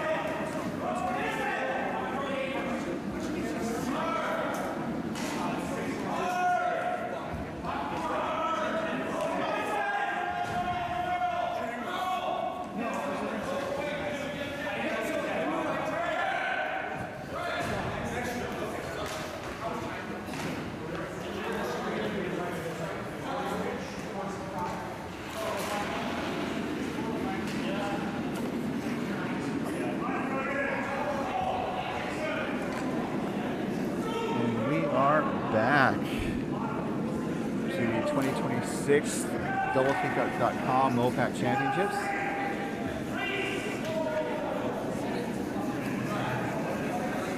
As Joel Calhoun throws his first stone of the end. Sorry, that's Brendan. My apologies. Looking to put up a guard or slip to the top of the rings. It will slip to the top of the rings. Almost biting the forefoot. So we have quadruple headers every day, Thursday, Friday, Saturday before Championship Sunday. And our next game will be at noon, well actually about 12:30, where we'll feature women's action as a contest between Team Aubrey and Team Feldman. Aubrey hails from Coyotes. Team Feldman hails from Wine Country, just outside of Sacramento. And that will be at 12:30 or so on the MoPac YouTube channel. We'll have more action as well on the Coyotes YouTube channels. And we'll do our best to add the video links to Bonspieler. As Aronson, looking to generate some offense, puts up a corner guard.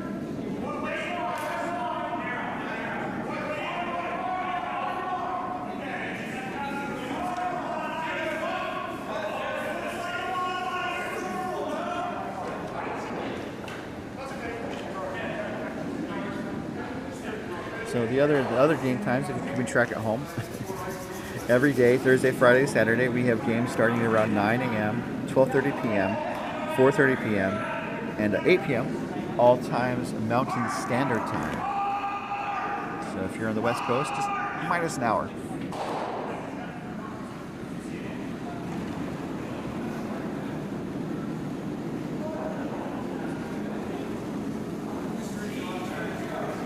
Looks like Brendan Stone went a little deep.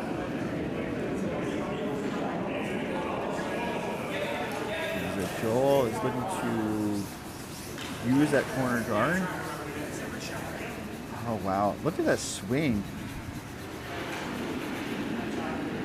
It looks like it's going to bite the top of the house. It does.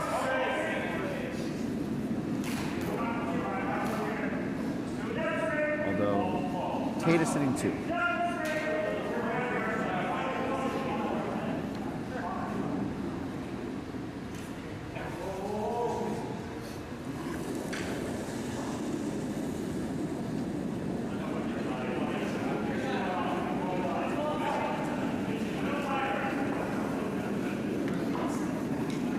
this is a Woody's first. Going for a front stone or a guard. This is going to be a guard with the in-turn clockwise rotation. Over curl slightly. A lot, actually.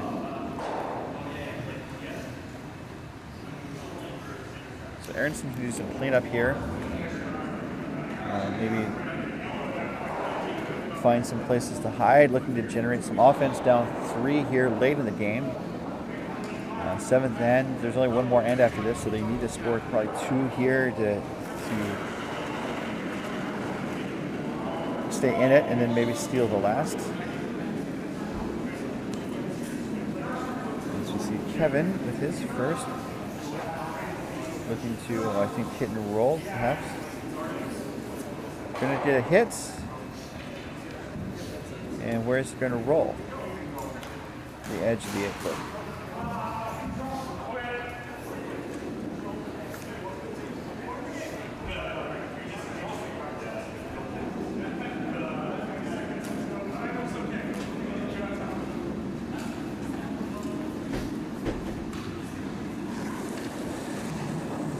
Looks like we have our first final. As Woody delivers the stone, I'll pull up the score. On sheet D, it looks like Siggins and Slesser shook hands early.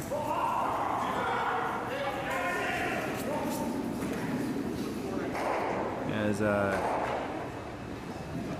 coming out of the 4th end break, Slesser took 3, they stole 3, and then Siggins scored 1 with a hammer in the 6th, and that was enough for Siggins. They shook after that for the final 8-2 Slesser over Siggins.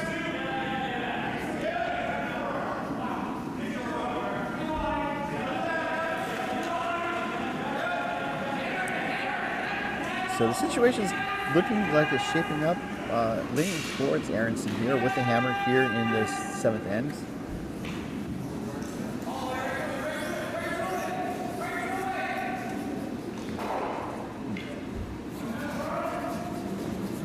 Hit, and the shooter rolls away as well. So not a mixed outcome, shall we say.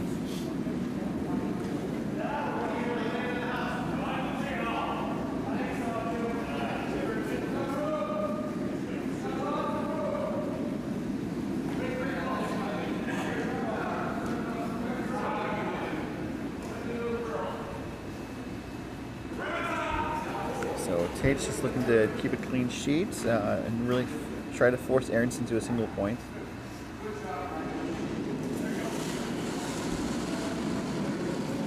As Wayne gets set.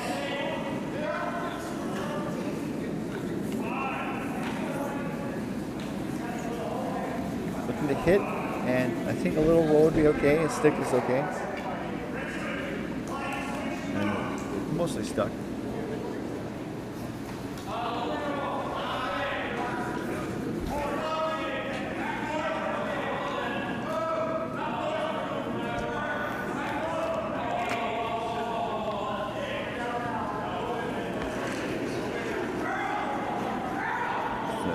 First stone coming from Jason Halleck.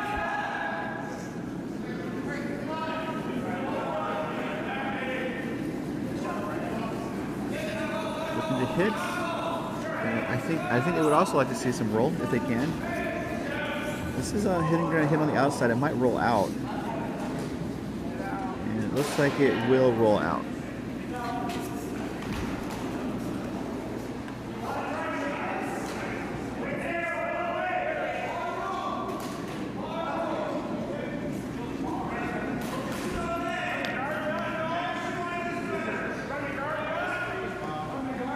So keeping a pretty open house, which I think tends to favor Tait, because the most right now he could give up is 2. Looks like they're going to try and get rid of the yellow on the outside when they considered it. Actually, they're going to draw, it appears. Accounting for that huge swing, I think they're looking for about 5 feet of swing here. Going for the in-turn draw.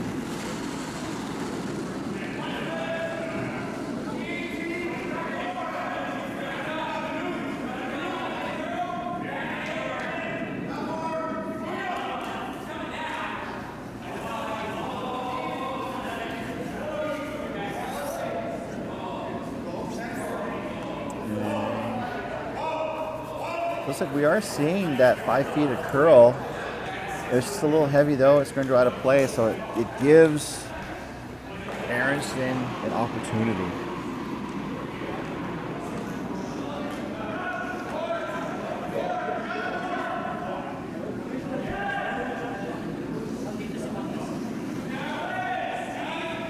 As Halleck is set to draw. Looking to draw to the right wing, it appears. Split the house.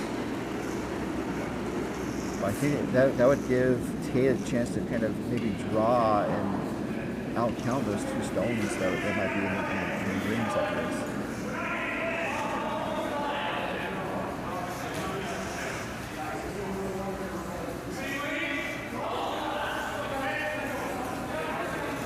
So sweepers are on it, make sure it's in the rings. And it looks like it's going to get there. Oh, man. I don't think it got there.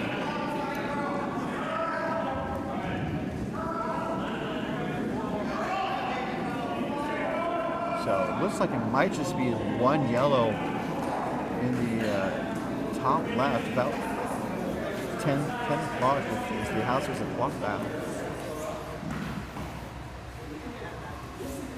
Although I say that draw that Halleck just did was a bit of a miss, that rock could be brought into the rings in the next 2 shots.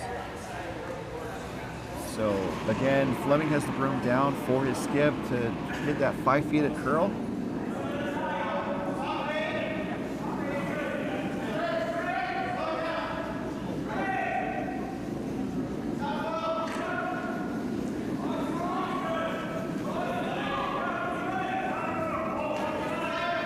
So looking to draw, and we've seen Tait's had some really good draws this game.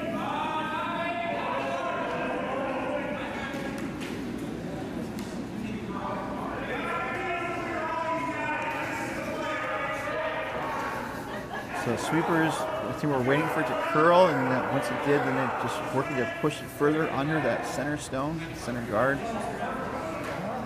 And looks like mission accomplished, fairly well buried under that guard.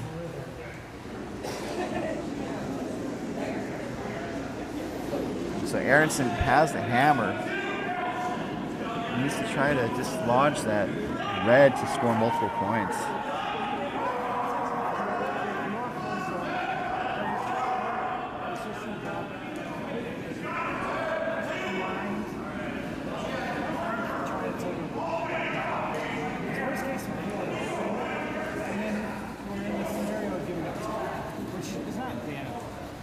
So looking it over, both teams seem to have plenty of time, so they can keep talking it out just a little bit more.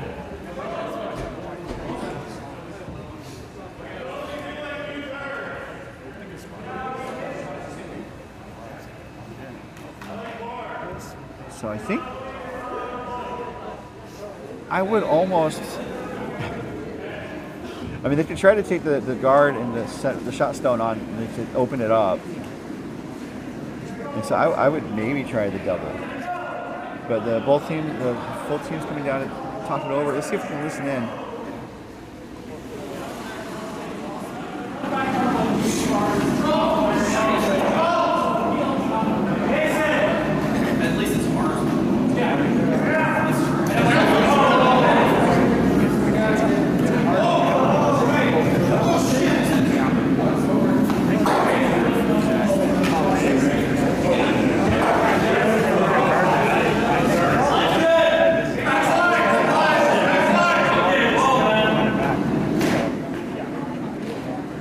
Okay, really can't hear.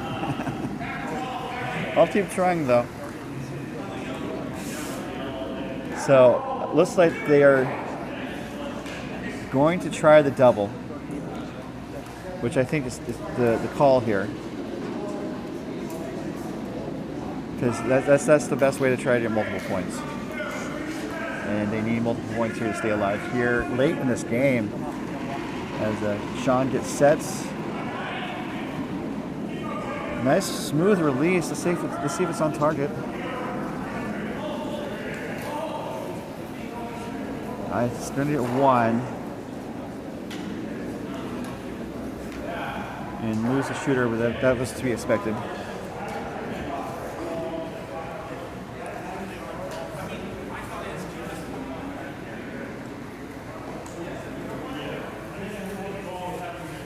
It does give Aronson a chance.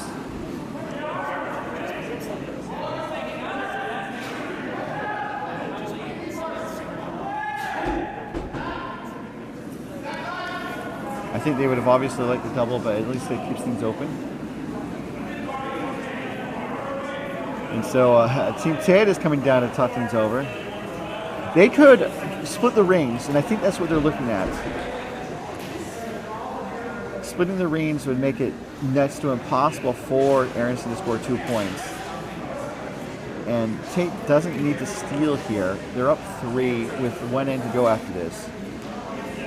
So they're looking to draw around under cover and just basically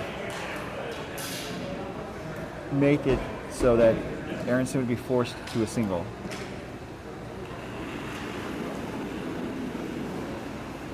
And that seems to be where they have the room. Because I was thinking that they could put up the guard again. I mean, the guard worked well for them last time. Aronson had to take a stone to clear it.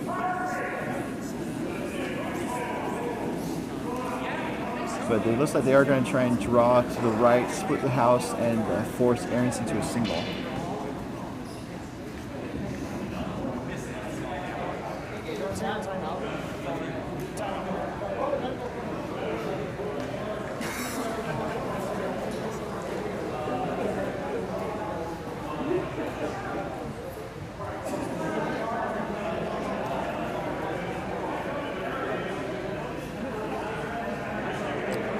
So they went down to the hack to look at it, and they came back and stalked it over.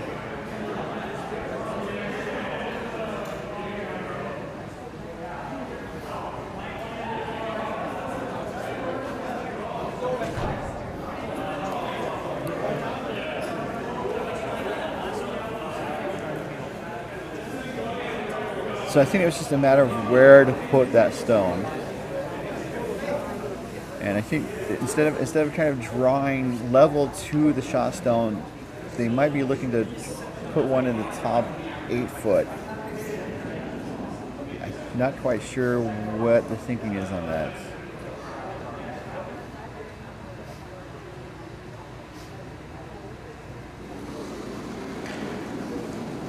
As Tait gets set for the draw, the last rock without the hammer here in the 7th end. And again, looking to draw to the top right 8 foot. They also need to make sure it's sitting second shot. And it looks like it's there. Sweepers are on it now, they're just kind of walking it down. It looks like it's going to go a little deeper than they were planning. Potential double, potential trouble. Because the double, it's not the easiest double. It looks like it looks like Aronson doesn't want to take it on, which is fair. It looks like Aronson might want to just take a single here and then try to steal 2 in the 8th end. It's a tall order for a lot of teams, especially against competition like this. But I guess the other thing to keep in mind is that taking a point here at least keeps them in it. If they miss the double, then it's game over. As Aronson throws his last rock here, the hammer in the 7th end. Well, they could be going for the double. Nope. Oh, it's over curling. The roll too far. It's a steal of 1 for Team Tait. So just an unfortunate situation there for Aronson. And let's see if they're going to play the string out.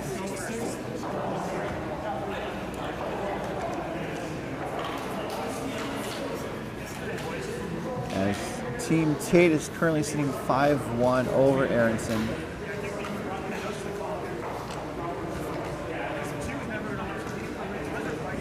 Tait has a 4-point lead, which is often insurmountable at this level, but every game is important, so you might want to play the string out to see what might happen. And you know, for people who are new to curling, one of the nice things about the sport is that if a game is out of hand, a team that is down can choose to resign the game. And there's no limit on when you can resign at this level. So I'm not saying that they should resign, I'm just saying they could.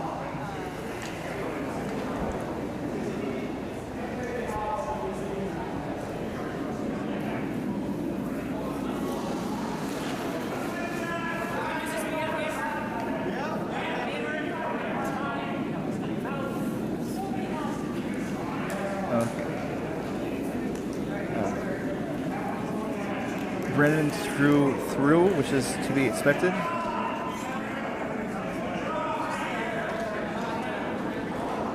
Kind of the victory formation in curling.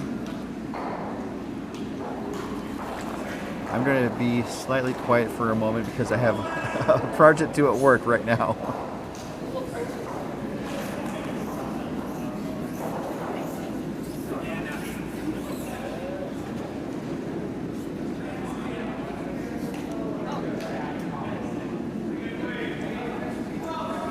As Joel looks to put up a corner guard, trying to generate some offense. They need 4 to tie, 5 to win. And conversely, if Tait is able to get rid of those yellow stones, to get rid of 5 yellow stones, the game is over. Because Aronson would be mathematically eliminated for the game.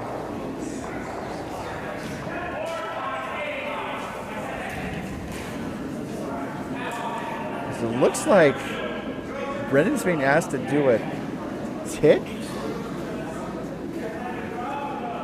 or just throw through. Well, he's throwing through. I was curious about why the broom was so high up.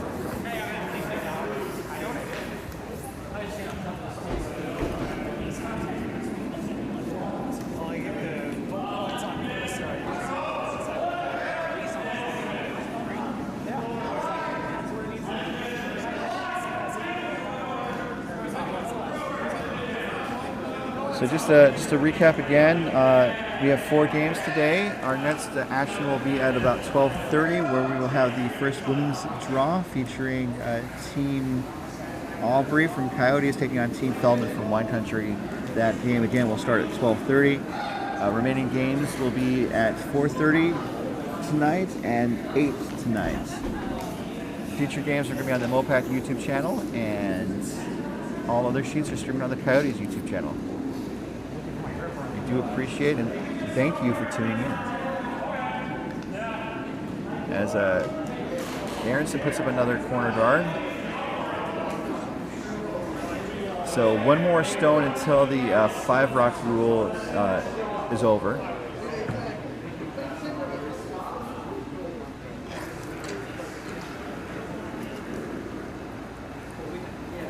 As you see, Woody Woo, I think, looking to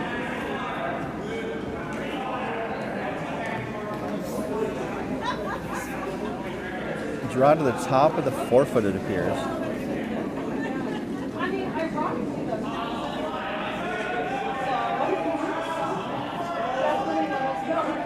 And that looks like it went a smidge deep, but not too bad. Drawing plane to the rings.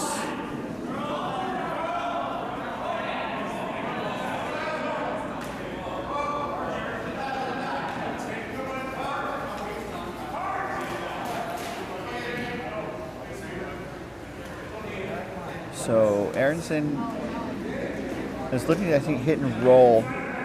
Hit the shot stone and roll under cover. With Kevin's first.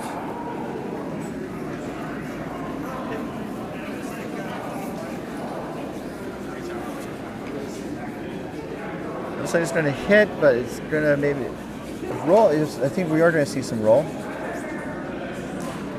And the hit's not too hard. The red sticks around. The shooter is now the shot stone. And so now Tait is going to do some cleanup on aisle C.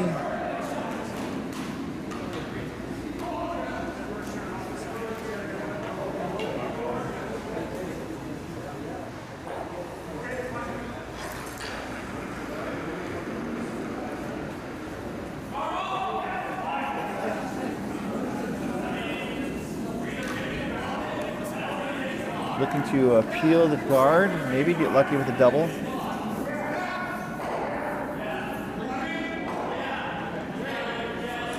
So guard goes away, and then shot stone remains, or the guard is now the shot stone on the edge of the forefoot.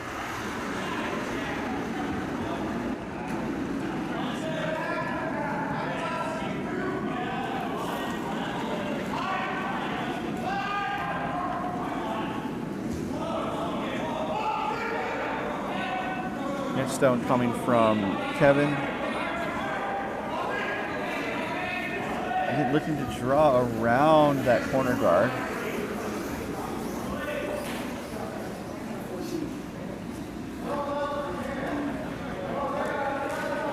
Definitely around the corner guard. Now where's it going to sit down? On the edge of the 8 foot, just above the tee line.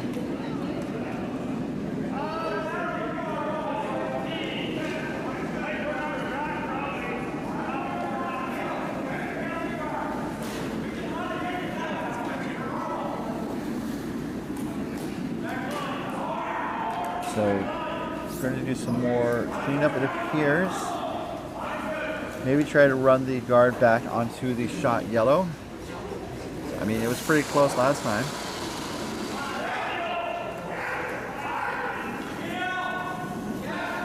As Wayne's stone is away.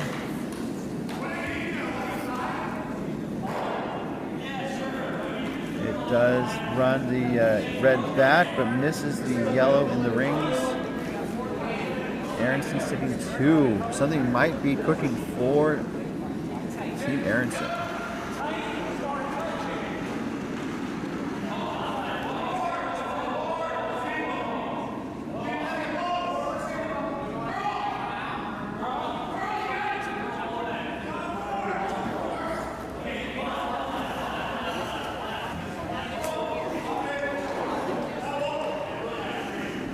So looks like we're calling a timeout, maybe.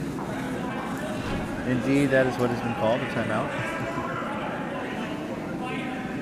So they're coming down to talk it over.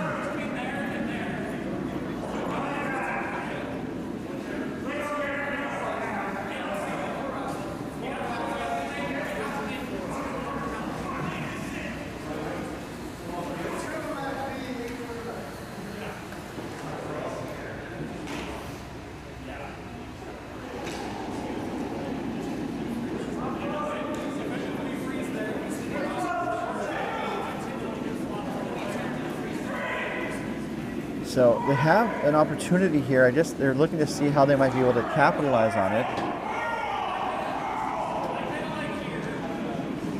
Because they need to score 4.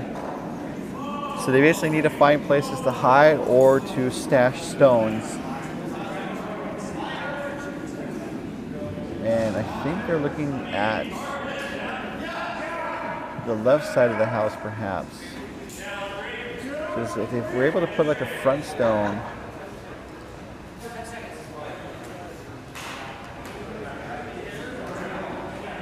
they can also draw to that red in the back.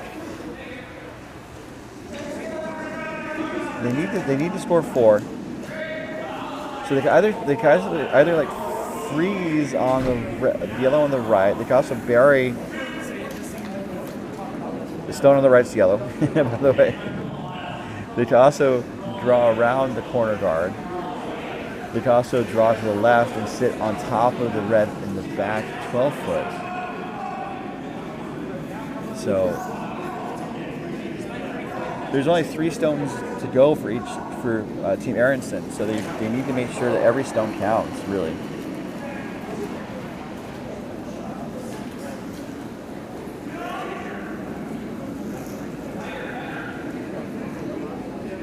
Oh no, this is Halleck's first.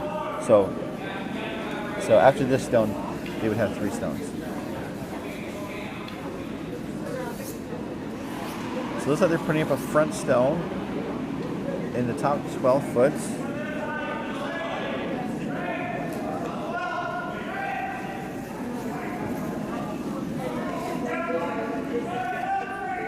Looks like it overcurls slightly.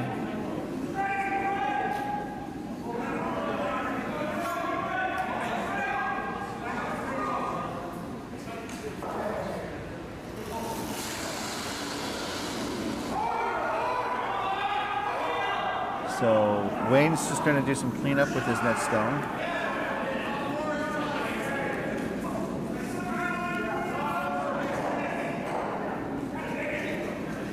Gets the double. Let's check out the replay on that baby. So Wayne's just going to do some cleanup with his net stone.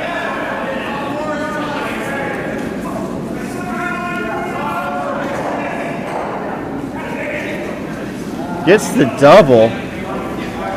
Let's check out the replay on that baby.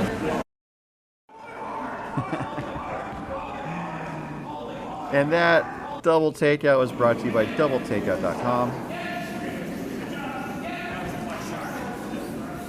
So looking at Jason's last, looking to draw the top of the rings, but it's coming up short.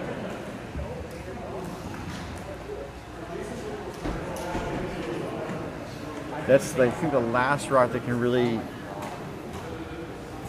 have not count. Every rock from here on out needs to be a counting stone. Yeah, the only thing I'm worried about is if you try to feel like our rights. Yeah, just draw out now.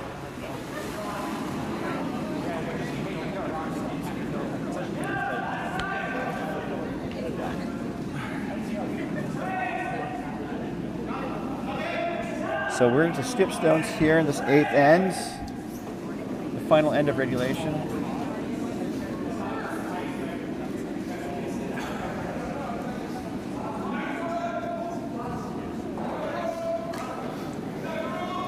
Looking to make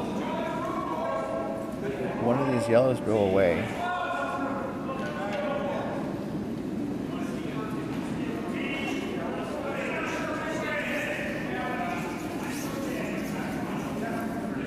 Okay, he's not going to get rid of any of the stones.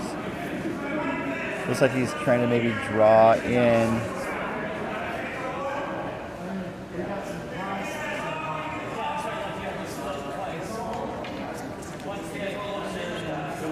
That's what he does. He settles in just above the tee line outside the 4 foot. Go for the skip stones. Aronson is pretty close to drawing dead at this point, to use a poker term. He's going to need a couple miracle shots to make it happen, and that is not going to happen. As they shake hands, Aronson cannot see a way out, and that is going to be the ball game. Make the final 5-1 Team Tait over Team Aronson to open up our pool play here at the 2026 doubletakeout.com MoPac Championships. Really excellent game. It was a tight game all around. Just Aronson was kind of maybe facing some tough shots that he wasn't able to convert. And conversely, Sean Tait definitely playing lights out with the draws all around, really. So definitely these are among the top teams in the field. We'll hopefully see them further down the line. And I hope to see you guys further down the line as we continue with our coverage of the MoPac Club Playdowns broadcasted on the curling.gg network. Our next game is at 12:30. Contest between Team Aubrey and Team Feldman in the women's field. We definitely hope you'll tune in then. Before we sign off, one more trip around the rings.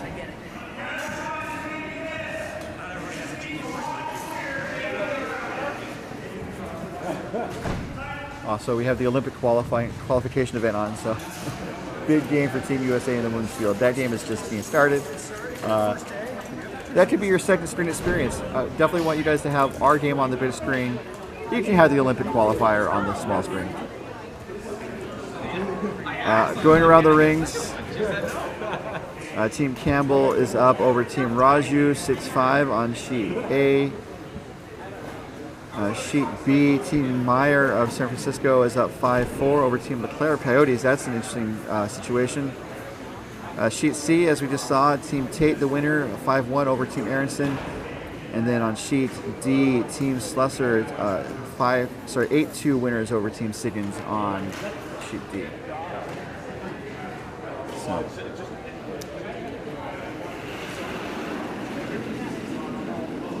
So big thanks to our sponsors of this event, including DoubleTakeout.com, offering stats on the top men's and women's teams, curling teams from around the world, DoubleTakeout.com. And by Curling.gg, offering realistic curling physics simulation, allowing curlers, new and old alike, seasoned, novice, to create their own curling simulations to test out different shots. Curling.gg. And by Endgame Curling, manufacturers of the travel handle, which separates into 3 pieces for easy storage and most carry-on luggage, at endgamecurling.com.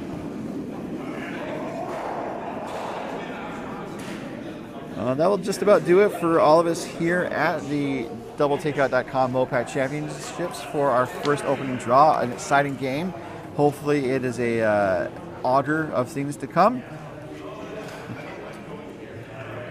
And we definitely hope you'll tune in. Again, our schedule for today and indeed for the rest of the weekend through Saturday before Championship Sunday. Games at 9 a.m., 12:30 p.m., 4:30 p.m., and 8 p.m. Our next game is going to be at 12:30 p.m., Aubrey versus Feldman. We hope to see you then. And until that momentous time, this has been your host, Ryan Olson, saying so long and good curling. We'll see you at 12:30.